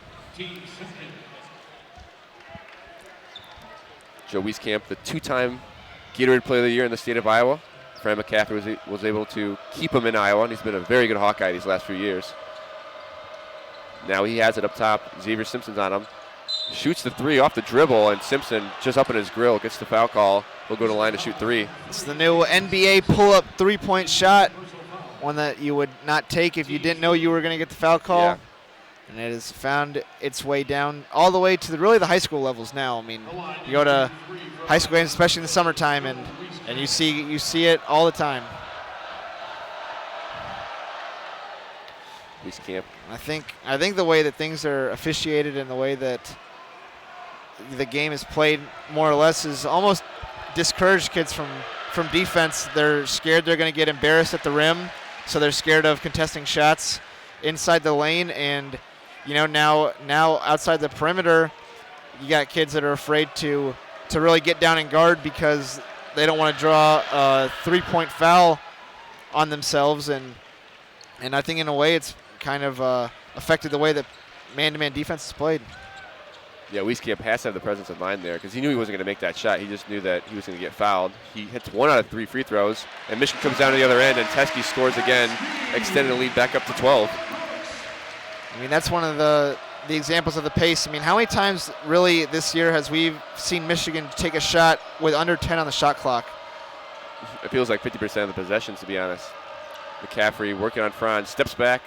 Nice little sweet lefty stroke there over the 6'9" Franz Wagner. Gets the lead back down to 10. Now Iowa on a 2-3. Simpson gets it to Teskey. No hesitation on the top of the key three. No good there. Another quick shot there from the Michigan Wolverines, and here come the Iowa Hawkeyes back down the other end. McCaffrey short on that one, but Wieskamp the offensive rebound rejected by Teskey. What a play there from John Teskey to reject Wieskamp, and here comes Simpson. Finds Livers, and wide open Eli Brooks. Extra pass from Livers. Good. Eli Brooks nails the three. And Eli Brooks, that's a guy who has sky-high confidence this season. It's been quite a turn from his first 2 years, just pulling the trigger, showing off all of his abilities, and he's become such an important player at the two-guard position for this Michigan team. Bohannon in the corner, and Simpson stripped him, but a foul called. Simpson does not agree, neither does Crisler Center, and that will bring us to the first media timeout. But going back to Eli Brooks, his role has really changed, these last 3 years. His freshman year, he was a starting point guard out in Maui, and then kind of took a step back sophomore year with how many minutes Xavier Simpson was playing, but now he's taking another role, or kind of a bigger role. In fact, he's in the starting lineup playing with Xavier Simpson, and David DeJulius is the third string point guard, I guess. But Eli Brooks, like you said, he's shooting with a ton of confidence.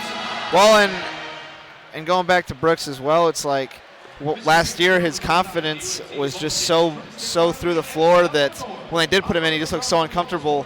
And, he just did not look like the Brooks that we've seen this year. And that's a tough position to be in because he was really only getting 5 or 6 minutes, so he felt like he really had to prove something in those 5 or 6 minutes. Yep. That's not an easy position to be in. And now Michigan does something that would probably be strongly discouraged in most places, and that's play basically 2 point guards on the court. Yeah. Most of the time. I mean, they've got some combination of Simpson, Brooks, and DeJulius in usually, and that would lend itself to an undersized backcourt. But when you have an elite defender as Xavier Simpson then you can take a risk doing something like that. And then when you have a guy that's as good of a shooter as Brooks, then you can afford to do that as well. Plus the decision making that both of them have seemed to be able to bring this season. So it's really worked out in Michigan's favor to have those 2 players where they are in their careers currently, and to be able to deploy that lineup as they do. Yeah, Eli Brooks came in with the 2017 recruiting class of Jordan Poole, Isaiah Livers, and Eli Brooks himself, Jordan Poole, obviously in the NBA now, drafted in the first round by the Warriors. But Eli Brooks and Isaiah Livers have really turned integral pieces for these Michigan Wolverines. Isaiah Livers has kind of had an interesting journey. He started his freshman year. In fact, he started the national championship game, and then kind of took a step back a tiny bit last year with Ignas Brazdeikis moving into the starting lineup. But now Isaiah Livers is arguably one of the best players on this team, and he's really developed his outside shot. Go back and talk about last night here at Crisler. The Big Ten ACC Challenge came for the women's side of things, and so did the Big Ten win the Big Ten ACC Challenge and women's and men's basketball? It's the first time ever that the Big Ten have won the women's Big Ten ACC Challenge. Really? Big wins last night. Michigan defeating Syracuse in overtime, 84-76. And how about this one? Ohio State defeating Louisville in the women's side. So Ohio State might have the best combination of women's, men's, and football. I mean, that's a heck of a combination. Talk about Louisville team that had beaten Oregon, who had also beaten Team USA. So, I mean, just quite a win for Ohio State. But yeah, I saw a stat. Big for the Big Ten to win that challenge, and what we saw last night at Crisler was a huge testament to the women's program, able to really show some toughness and pull it out in the fourth quarter and overtime. Yeah, they'll open up their Big Ten schedule next week, I believe. They have a game Sunday against Oakland, but the Michigan women's team is rolling now. But going back to Ohio State, I think they had an AP Top 10 win against in football and basketball for the first time since any Power 5 team since like 1992, and that's Michigan. So Ohio State athletics are rolling, to say the least. Back here in action, 9 seconds on the shot clock. Connor McCaffrey has it, working on Eli Brooks. Hands it off to C.J. Frederick. The fadeaway over Franz Wagner. The sweet shot there at the end of the shot clock. 60-49, Michigan leads it. 15:30 left in the second half. Iowa in their typical 2-3 zone. Franz Wagner in the middle. Now Teskey has a short baseline, double teamed. Brooks batted away from Wieskamp. Had it open Franz Wagner in the corner. Would have been an open three. Nice hands there from Wieskamp. And Julius in now for Xavier Simpson. Still that 2-point guard system on the court, Brooks and DeJulius. The Maze Rage asking for C.J. Baird to enter the game. Probably not going to happen with 15 minutes left, but if Michigan's able to extend this lead, maybe we'll see him. And Eli Brooks, nice sweet jumper there at the top of the key off the left-hand dribble. And here come the Hawkeyes down at the other end. Wieskamp, no hesitation from three there, right over Isaiah Livers, and Iowa's just not going away.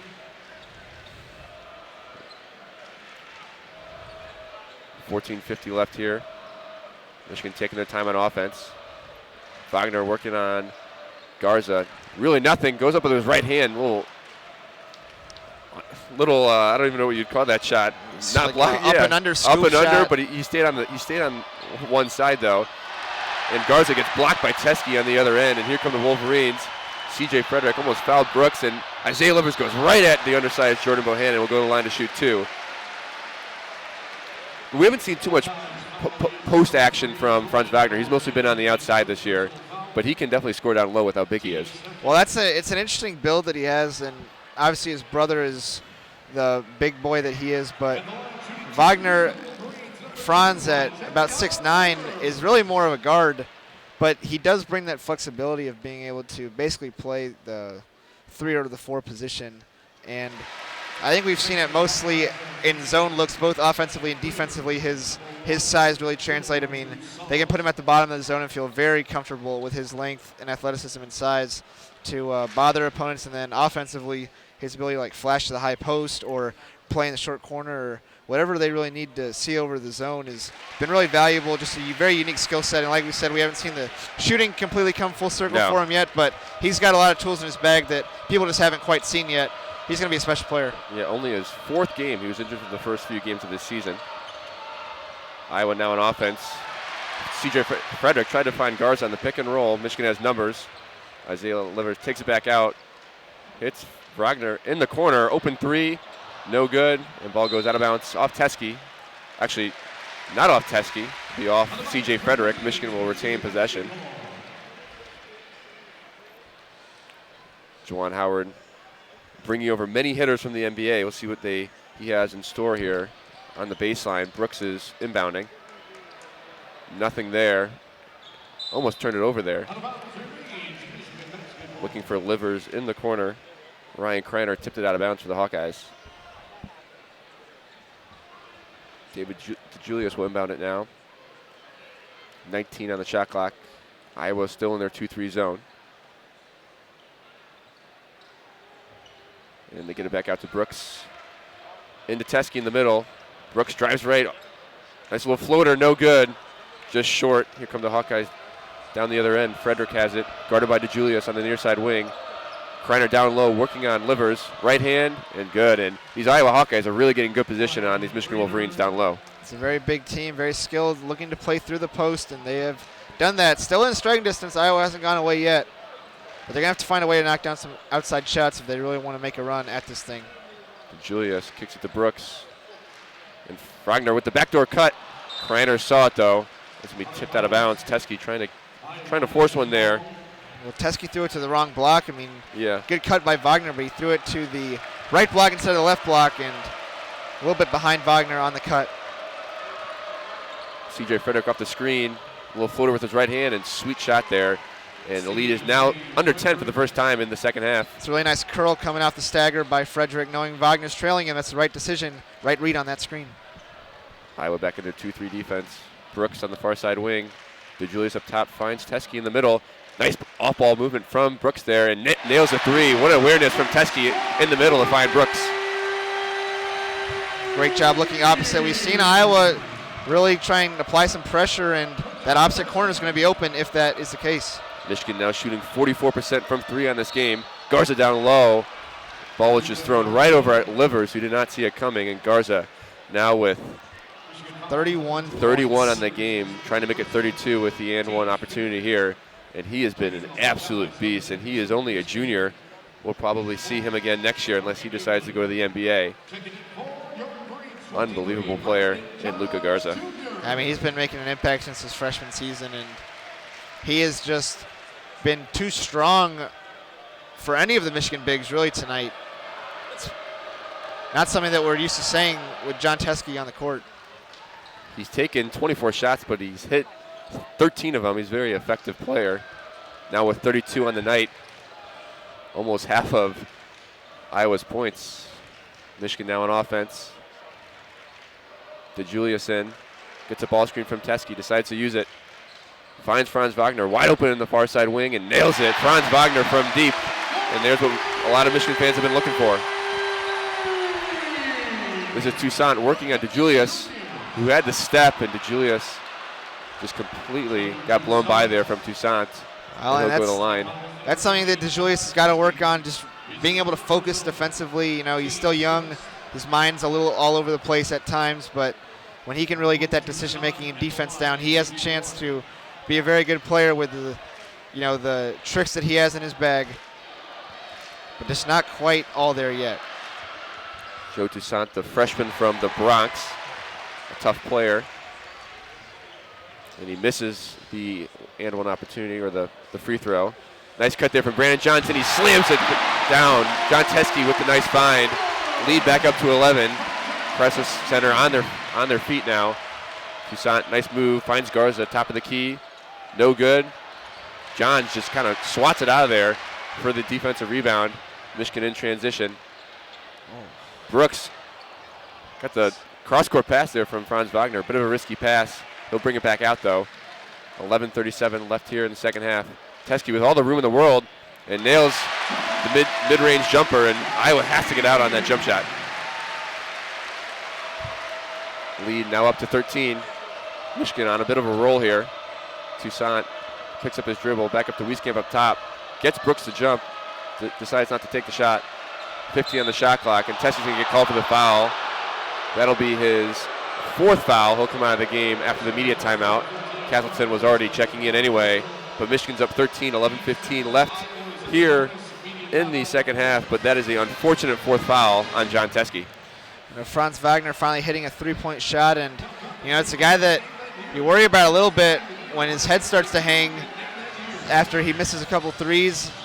He's just getting frustrated by not hitting them, but a shot like that is one that can really help his confidence out, and hopefully it does guy that's worked very hard over the last week or so to try and get back from that injury that he suffered and just get back into the flow of things, as he mentioned in recent media conferences. But, good sign for him to see that shot fall through the net. And once he starts shooting well, teams are going to have to start extending on him. And, he can drive to the basket. He's been losing the ball a lot, and his handles haven't been too good this season. But once Franz Wagner starts going, this Michigan offense is going to become, 2, 3, 4, 3, 4, 5 times better. I mean, he is going to be a huge part of the offense moving forward because he can score. We saw it, all his highlight tapes. He was one of the best scorers in Europe as a younger kid.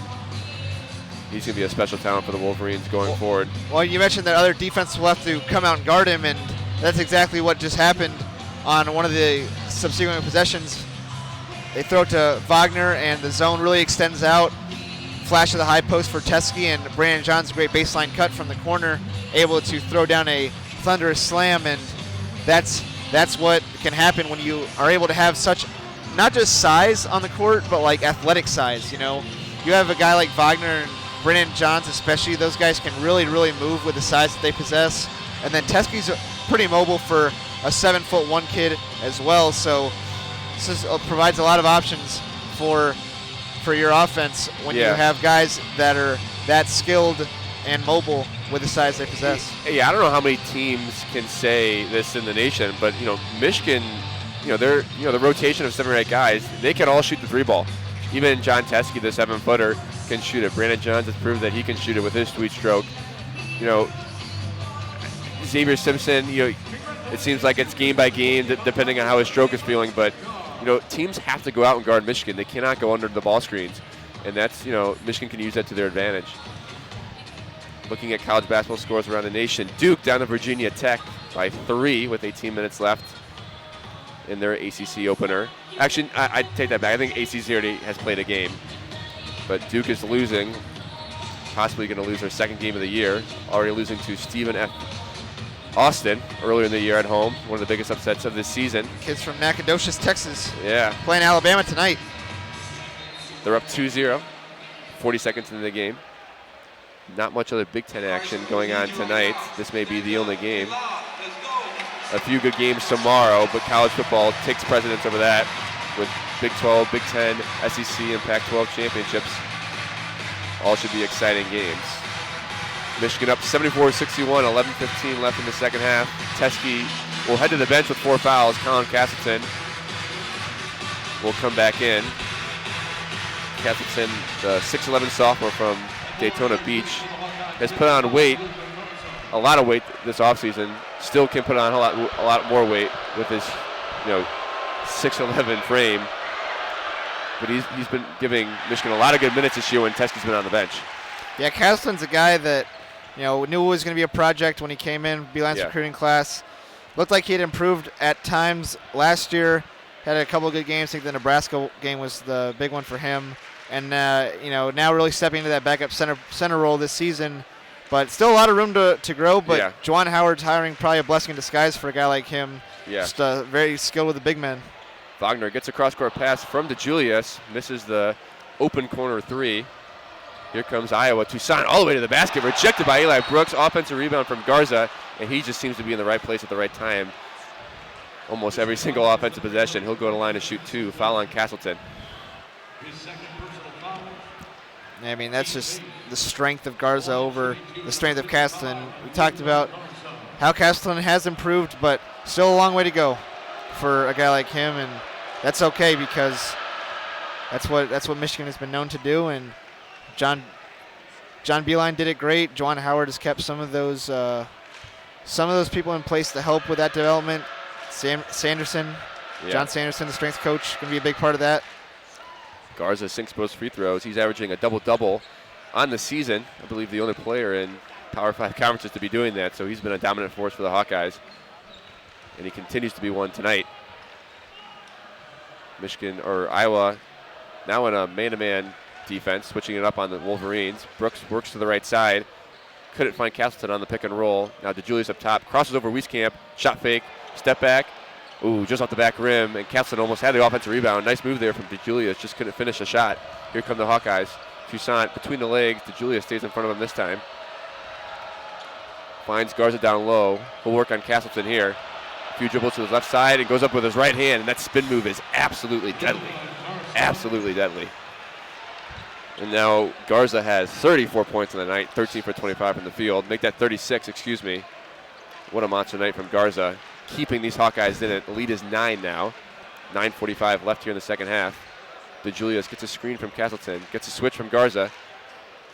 Castleton looking for the ball down low, but Garza is fronting him. Franz drives left. Nice left-hand move right over the sophomore Wieskamp, and he scores. Too easy for Franz Wagner. He's starting to get going here. And that's the handle that we talked about. Really a guard more than a big. Yeah. And showing his ability to get to the cup. Garza finds Kreiner down low. John's defending, and Kreiner and Garza absolutely killing the Wolverines down low. And Franz Wagner is going to get called for a violation below the basket. I believe he stepped in bounds before he inbounded the ball. A mistake that hopefully Michigan doesn't have to look back on tonight and shoot them and kick themselves in the rear end. That's going to, if I was able to score here, that's a huge swing. Now only down 9. It's Bakari Evelyn down low. Gives it to Garza again down low, and he scores over Castleton, and he is having an unbelievable night. That's 38. Coach Howard's going to have to go to Austin Davis now. Yeah. Castleton's just getting abused down on the low block. Just does not have the strength right now to compete with a force like Luka Garza. Foul call on Luka Garza. Amazingly, just Garza's second foul of this game, though. Yeah. And Luka Garza pleading his case with the referee. Referee's not buying that one. DeJulius was fouled. Garza at 38 points right now.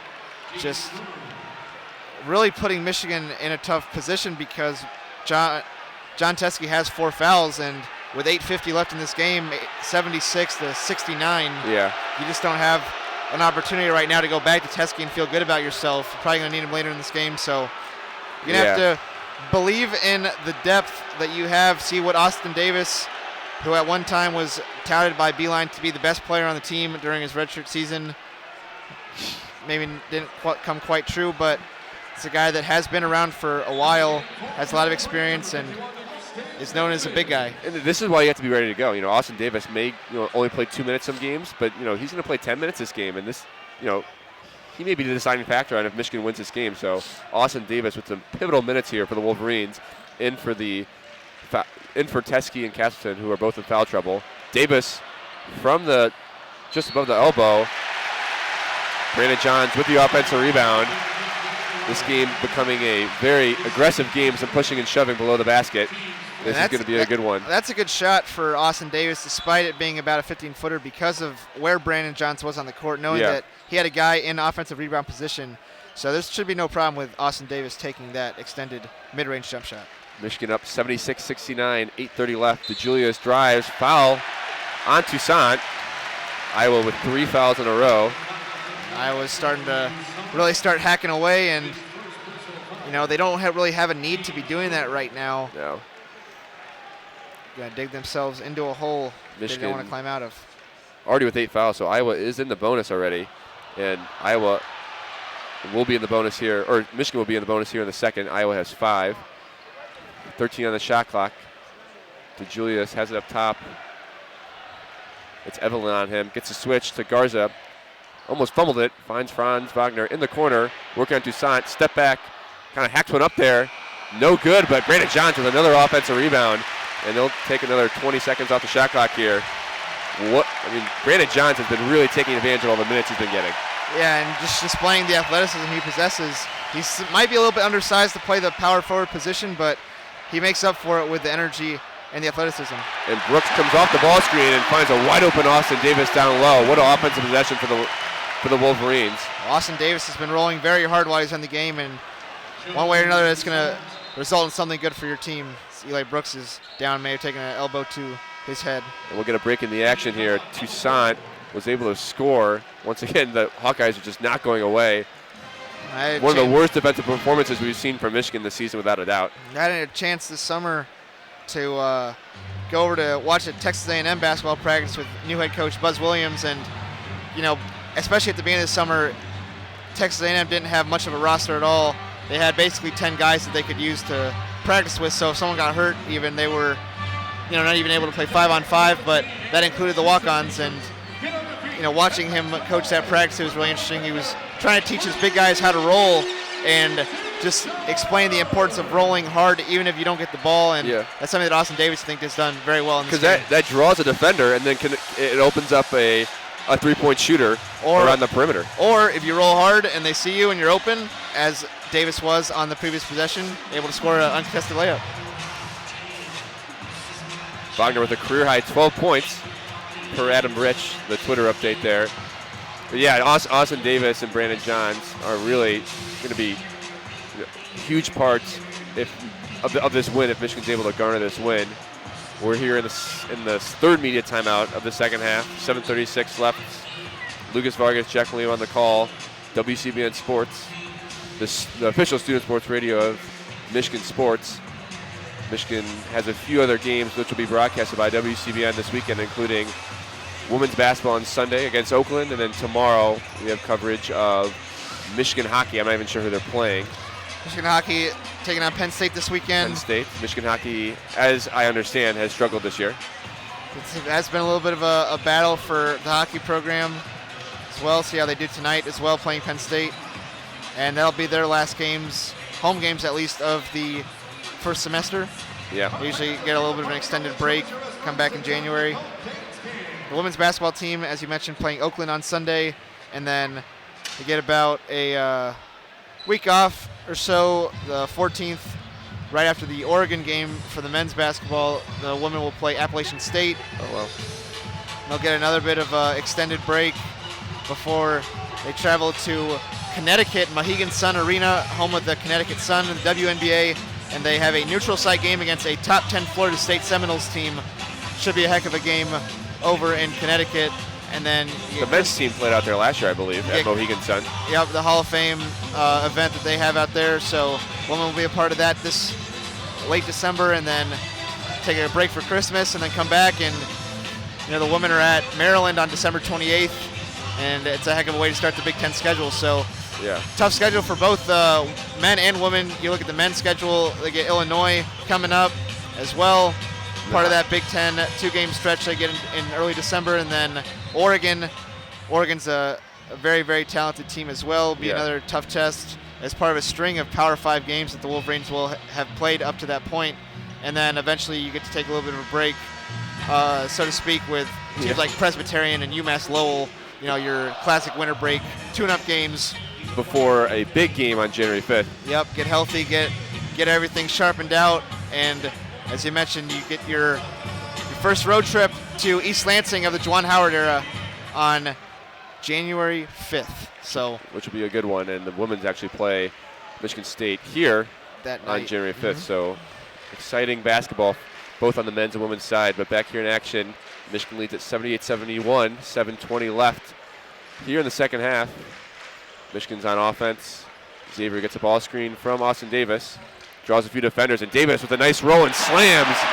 Austin Davis with now 2 baskets in a row. Nice find there from Xavier Simpson. And once again, Austin Davis just rolling as hard as he can to the rim. Well, the words Buzz Williams used was, you want to do the first down symbol to the rim. So when receivers catch the ball and they flash that first down, that's what you want to look like while you're rolling to the rim. And Austin Davis done that and now found 2 back-to-back baskets. Toussaint up top. Simpson defending. Frederick on the near side wing. Drives left, delivers once again with a little fadeaway there. C.J. Frederick seems to like that shot, just short on that one.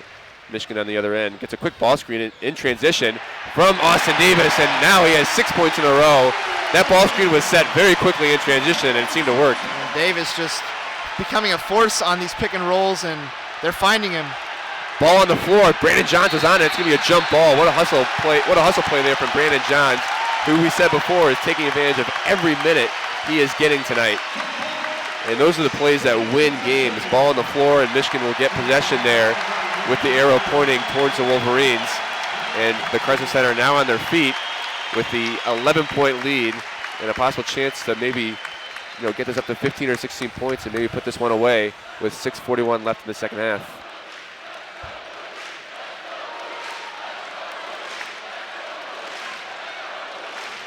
Let's see what the Hawkeyes do defensively here. Looks like they'll go man defense. DeJulius has it. Finds Brandon Johns. Actually, they're in a 2-3 defense, it seems. Now Simpson, another ball screen from Davis. Livers thought about it for a second, just a little too far outside. Simpson drives left, loses it, able to get it back, and he's going to call for a travel here. I thought he lost the ball, and didn't seem like he traveled there due to the loss of possession, but the ref disagrees, and that's a travel. Let's see what Iowa does offensively here. They haven't gone to Luka Garza since Davis has been really in the game after subbing for Castleton. They need to go back to him for offense. Bohannon gets a switch. Brandon Johns on him. Finds Frederick. Gets Xavier Simpson to jump. No foul called. Now Connor McCaffrey has it at the top of the key. DeJulius is defending him. 10 on the shot clock. He's a lefty. Goes right. Gets a screen from Garza. Shoots the three. It's going to be short. Good defense there from David DeJulius out in the perimeter. And Michigan has a 3v2, and he's going to intentionally foul Xavier Simpson. 5:46 left. And still no touch for Luka Garza on that possession, and Iowa going away from him, not really sure why, and it hasn't resulted in good things for the Hawkeye offense. For those just tuning in, Luka Garza has 38 points in the night. He's 15 for 27, has been an absolutely dominant force for the Hawkeyes, but he has not seen the ball the last 4 or 5 possessions, which keeps kind of a lot of people with their scratching their head about that one, but Michigan has it now. Davis looking around, gives it back to DeJulius on the give and go. Has an open lane, decides to give it to Simpson down low. Simpson tries to make a one-hand pass looking for Livers. A little bit of a dangerous pass there. Ball goes out of bounds. Michigan will retain possession. Got 12 on the shot clock here. Simpson to inbound below the basket. Not sure what the holdup is here, but Simpson does get the ball. Livers with a cut to the basket, not open. Simpson with the one-hand pass, finds DeJulius. A quick shot there in the possession, but Brandon Johns now with his 3rd offensive rebound in the game, and he has been absolutely everywhere. So Michigan will get another possession here. Only 13 on the shot clock. Crisler Center on their feet. Simpson with a nice left-hand pass, finds DeJulius. No good, and another offensive rebound. Austin Davis just tips it out, and Brandon Johns will get credit for that rebound. Now with 4 offensive rebounds. How about the play here from Austin Davis and Brandon Johns with Castleton and Teskey on the bench.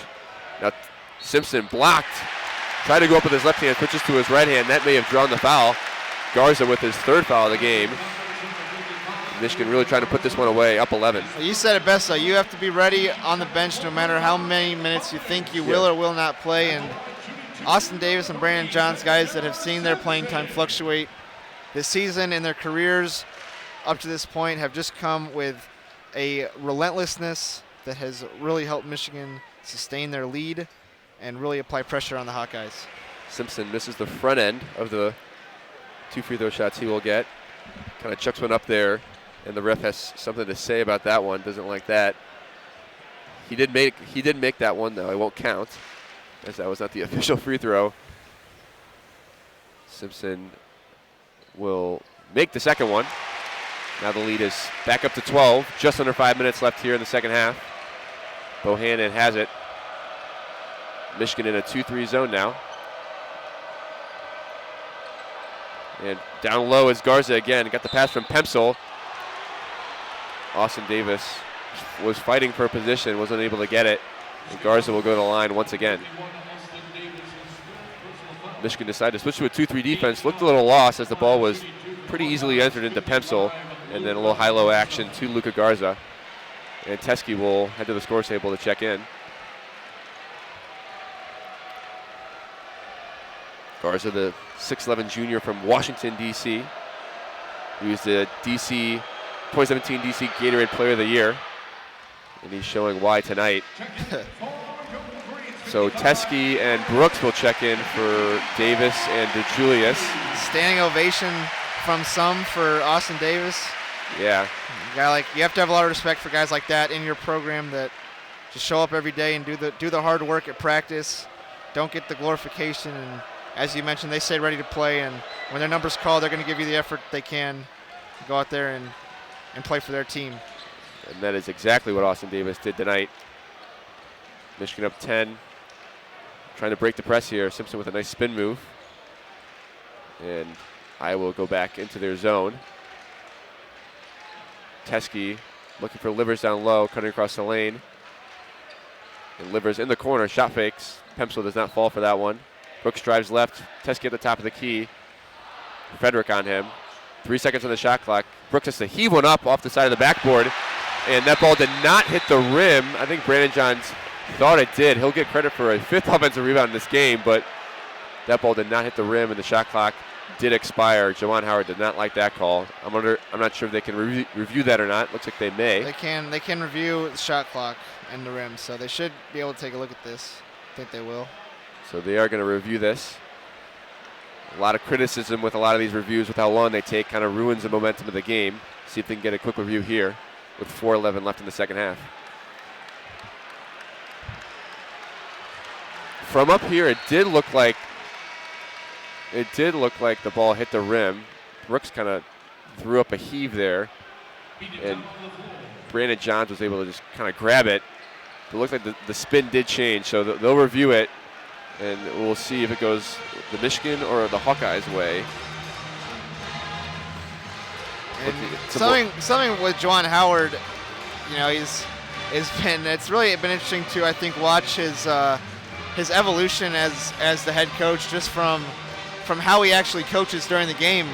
You know, going from an assistant in the NBA where you really don't have to do too much during the game because NBA players, you know, take care of a lot of that themselves. Or the head coach obviously is very vocal, but right, the NBA assistant coaches are not going to be like a lot of college assistants where they're jumping up and down and yelling stuff and you know, sticking to the sky reports and all that kind of stuff, right? And then you go to the absolute other extreme of head college basketball coach. Exactly, and you know, you watched Jawan earlier in the year, it looked like he wasn't quite sure exactly how to act on the sidelines at times. I mean, when he called the play, it was executed and it worked almost perfectly like he wanted it to.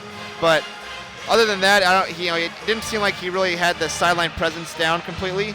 But I think he's gotten a lot more comfortable over this first month and a half now of being on the sidelines, and you can really tell now he's really starting to, you know, get after the refs, say what he needs to say to his team, you know, get information from the sidelines, all this stuff that you have to be able to do as the guy standing up on the sidelines, and he's done a fantastic job, I think, learning how to coach from the sidelines in that role and really be active in the game, give the team the energy they need, or respond in the way that he needs to respond. It's been interesting to watch. Yeah, it definitely is. You know, a lot of these, you know, Power 5 head basketball coaches, you know, really work their way up the ladder to become a Power 5 coach, and they kind of find their identity of, like, you know, how they're going to act in the games. Jawan Howard spent, how long was he here? Was he 3 or 4 years? Was he 4 years or 1 year? Or 2? I think he was a 3-year player. So he spent 3 years in college basketball. So for him to, you know, figure it out on how he wants to coach on the sideline, obviously he will adapt as years go on. You know, hopefully he stays a college basketball coach for a long time into the future, but he seems to have figured out how he wants to coach on the sideline, you know, his antics, how much he wants to work the refs, you know, what he says in the huddle. And obviously the big storyline this year was, you know, Phil Martelli coming over from St. Joe's, who seems to be helping him out on the sideline. He was a longtime head coach, I think 34 years in total, so he's definitely helping out Jawan Howard on the sideline. But Jawan Howard, at the end of the day, has the reins in the program, and he seems to be doing a pretty good job. Michigan 7-1 on the year, winning the Atlantis tournament last weekend with a tough loss on Tuesday against a very good Louisville team. But you know, with how good of recruits Jawan Howard's going to get, and he's obviously a smart X and O's guys. If he can figure out, you know, the intangibles and, you know, what it takes to be a college basketball coach, Michigan is going to have a very good program into the future. Looking at some other college basketball scores. Duke takes the lead against Virginia Tech. The Stephen F. Austin, what are they? The Lumberjacks. The Lumberjacks has a lead on Alabama. I think. Who's the coach? Is it Tom Crean at Alabama now, or is he Georgia? Tom Crean's at Georgia. It's Nate Oakes, the Buffalo coach from recent. He's now coaching the Crimson Tide, taking over for Avery Johnson. Oh yeah, where did he go? I can tell you. I don't know if he is anywhere. Oh, I thought he like moved up because he had such a good. No, Alabama was struggling. Okay. Back here in action, 4:11 left in the second half. Michigan still has their double-digit lead by 10. Simpson kicks it to Livers, and he's going to get called, Bohannon will get called for the foul. Sorry, C.J. Frederick, I apologize. That is the 8th foul on Iowa, so Michigan will enter the bonus here. Livers will shoot a one-on-one. Livers, the 6'7" junior from Kalamazoo, Michigan, was Mr. Basketball in 2017, number 73 on ESPN. And he nails the first one. Livers averaging 33 minutes this year, 15.3 points per game, and he's been very effective from the outside.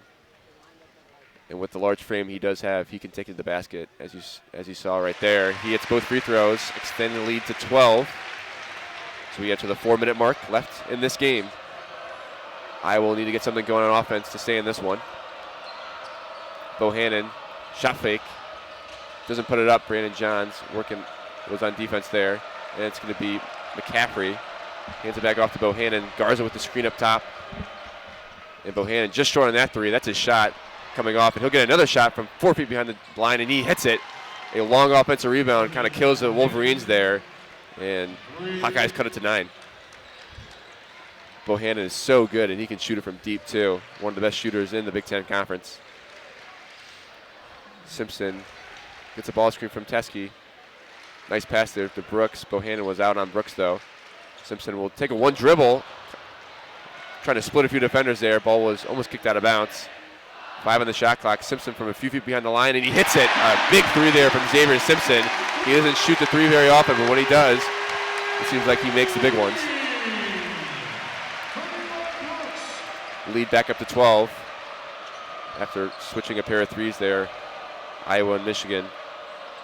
And C.J. Frederick with the one shot, or the shot fake and one dribble, got Livers to jump. It's going to be a foul called on Brandon Johns. Franz Wagner will check in for the Wolverines. Foul on Eli Brooks. Iowa's in the bonus, in the double bonus actually. They'll shoot 2. Connor McCaffrey, the coach's son, will shoot 2 here. Now Connor has a brother, Patrick McCaffrey, who's a freshman, who's 6'9". He's got 4 inches on his brother, Connor. And he'll probably see some playing time later in his career. Connor McCaffrey kind of had to work his way into some playing time. But that's pretty cool. You got 2 sons and the dad coaching the team. Got to be fun for the mom, and whoever else in the family gets to go to the games. Some family time that, I guess a lot of pretty these guys, intense family time. Players and coaches sacrifice in this profession. Yeah. So McCaffrey hits both free throws. Lead back down to 9. Once again, Iowa just not going away in this one. We'll need a few defensive stops, though. Brooks splits the defender. It's 3-on-2. Livers, oh my gosh, he almost tried to dunk it over Luka Garza there. Luka Garza, I think, not happy about the foul. Hopefully Isaiah Livers is okay. He took off from about this, almost the elbow. Tries to throw it down there on Garza. He tried to end Garza's life on that one, but kind of a scary fall there for the junior Isaiah Livers. Thought he was going to try and lob it to Teskey, who was just sitting there on the backside block. Tries to get the highlight himself, though. Yeah.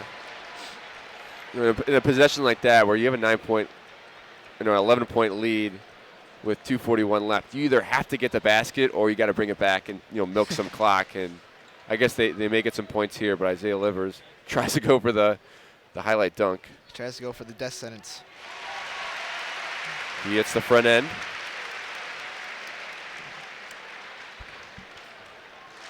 .241 left. And Livers sends the second one through. Bohannon rushing the ball up the court. Hands it right off to C.J. Frederick. Gets a screen from Garza. Nice roll there from Garza. He's going to get fouled down low. Isaiah Livers has to stay on his feet there. And Garza once again punishing the Wolverines. Now with, oh my goodness, 40 points on the night with a chance to make it 41. This has to be his career high. I mean, yeah, you asked that question going all the way back to his, you asked that question going back to his high school days. Like, what was his high school career high even? I don't know, but 42 points, that's a heck of a night. according to Adam Bressler, who actually went to an opposing high school. Actually, his brother went to that opposing high school. Luka Garza did play in the marching band, so. Oh, wow. He was a versatile high school basketball player and a violinist. Wow. Holy smokes. No, a violin would not be the band. That'd be the orchestra. I apologize. Can you imagine a guy that big just walking around with a violin? You think you'd play the cello, right? It would make a little more proportional size or sense. A tuba or something. Yeah, tuba. So Garza was able to, I think he missed the and one chance. Missed a free throw, correct. The Michigan Wolverines come down on the other end. Franz Wagner was fouled. We looked up the statistics. Garza's career high before this was 30, and now he has 42. So beating that by 12 tonight. And Wagner hits the second one. Both these teams have a lot of room for improvement. You know, playing a Big Ten game the first week of December is tough. And just knowing how much longer this season has to go and how this loss could affect each team, but it's a good one to have if you can get the win early in one of these two games, and it's a tough one to take if you're on the other side. Garza wanted the foul there, got his own offensive rebound. Brian McCaffrey not happy. He may get a technical here with how heated he is.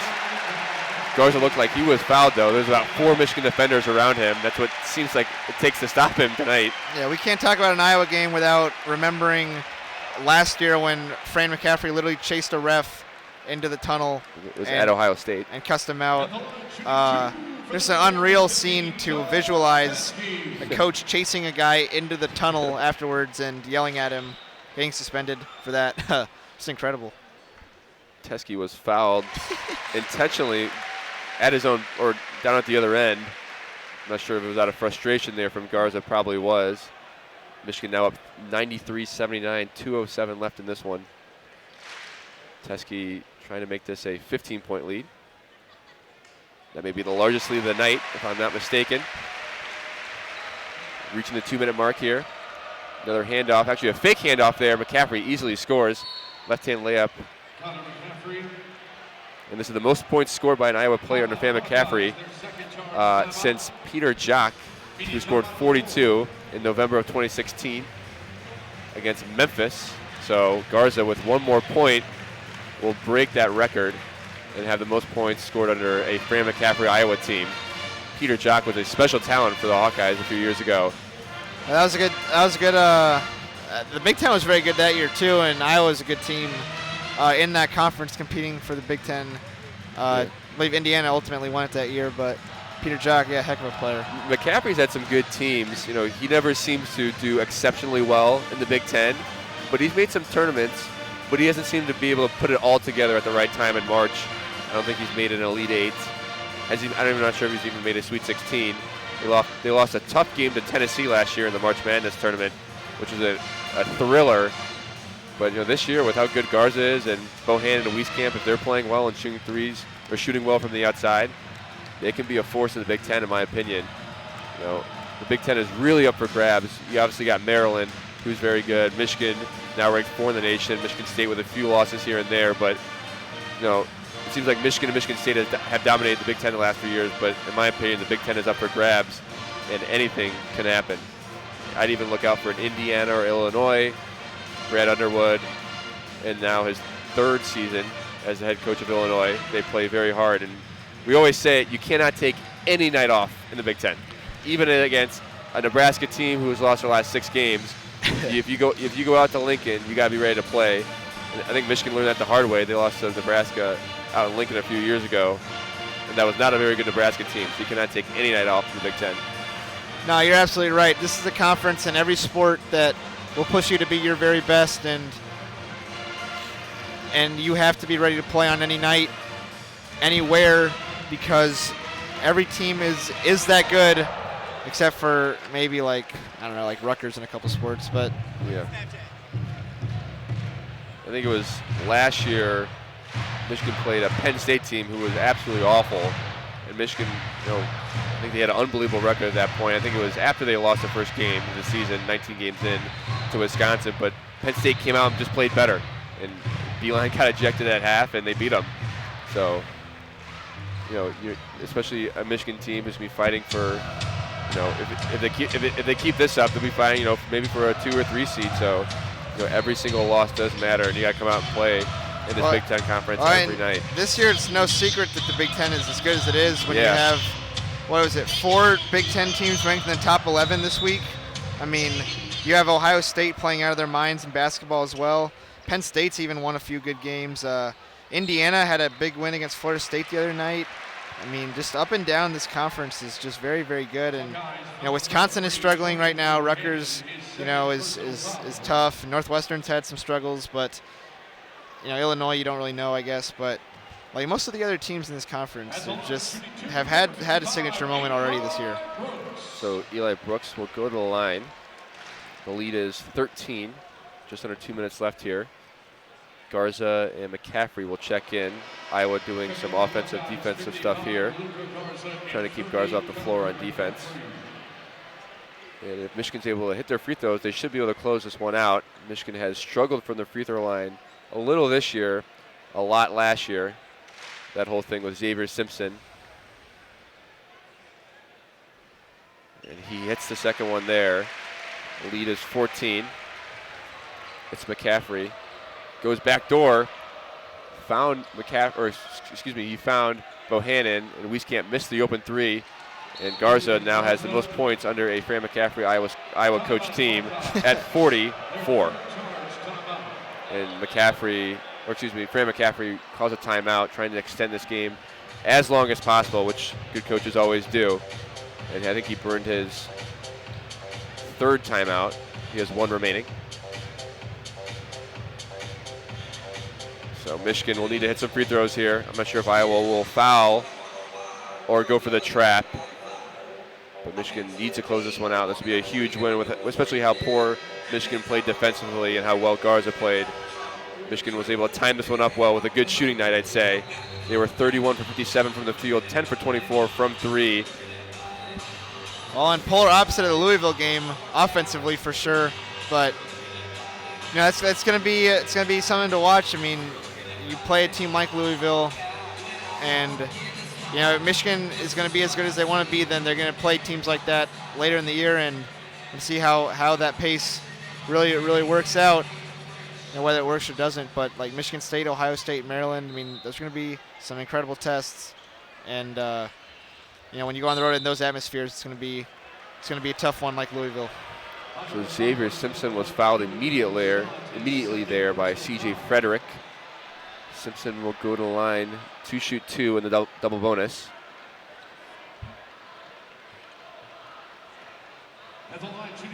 .145 left here in this one.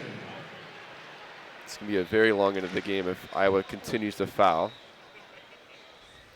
And Xavier Simpson shooting a mere 52.9% from the free throw line. Misses the front end there.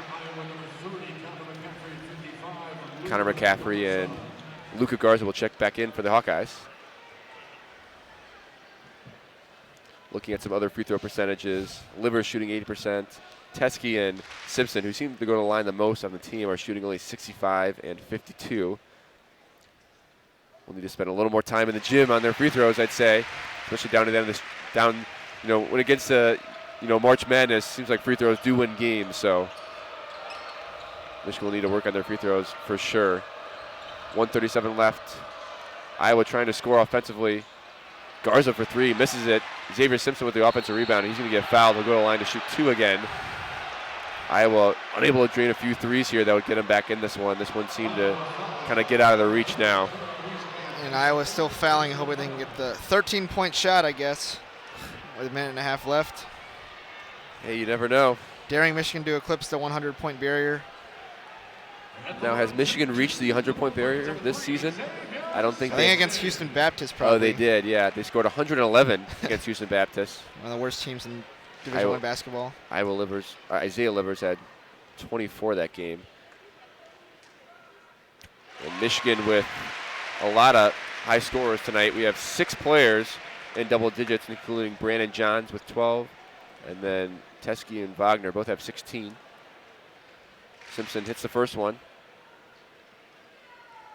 As I said before, only a 53% shooter on the year. Now hits the second one. And now the lead is 15, which is the biggest lead of the night. Once again, Iowa enters their offense with a handoff Frederick with the fadeaway three, no good.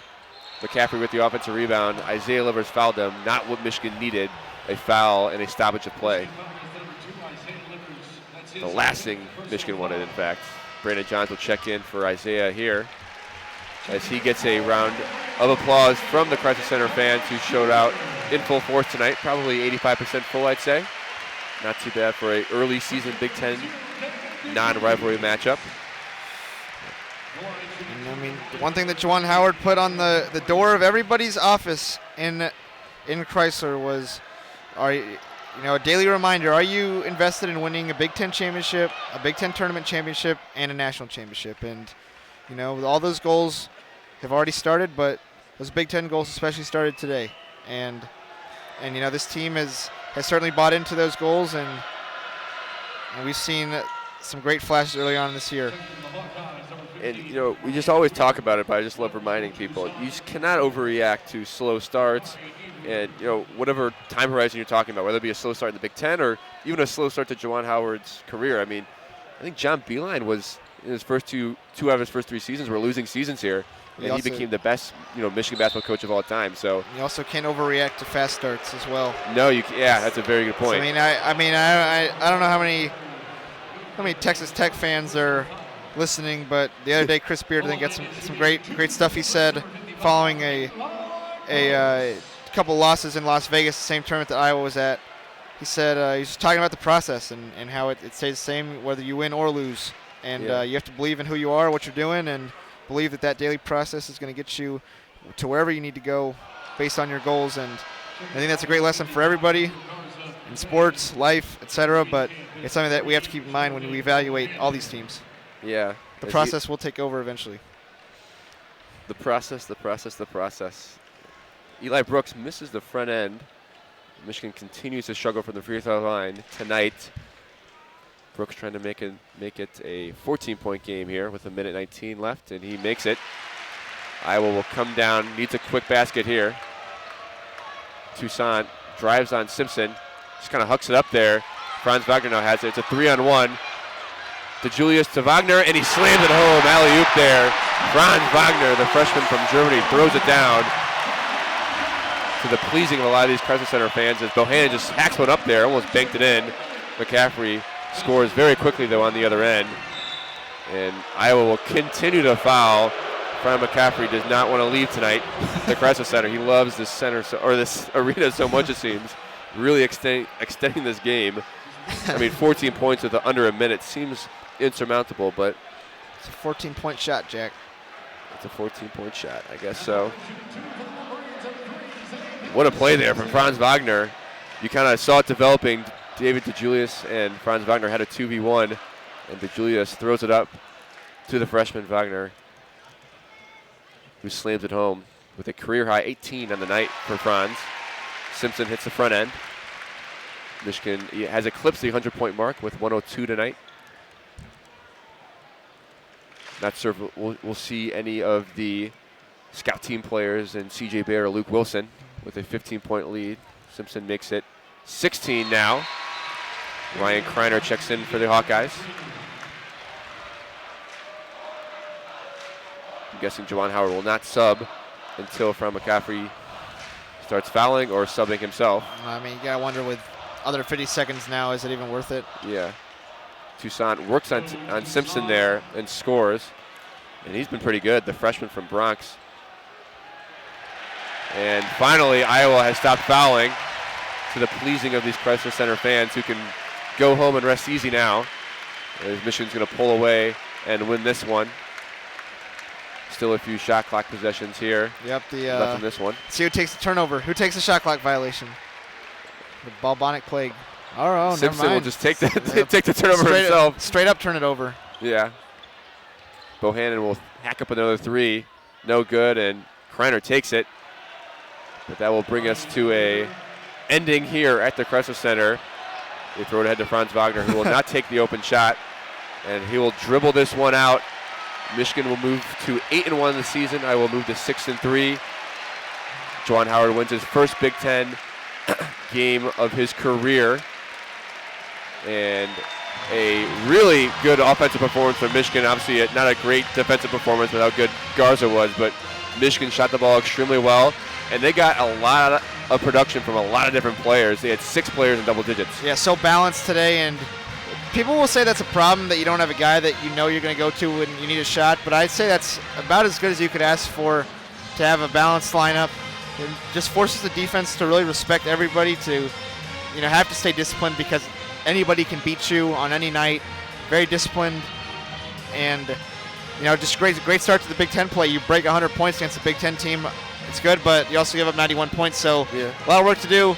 So we mentioned it's going to be a process with Coach Howard, and we're going to see exactly what Big Ten play entails. But it's going to be a heck of a conference this season. So you take any win you can get, and we'll see how both the offense and the defense progress. So Michigan will finish up its 2019 Big Ten schedule with only 2 games on the schedule in December in the Big Ten against Illinois on Wednesday, and then they'll play the Oregon Ducks on Saturday, and then a few easier games, and then finally Michigan State on January 5th.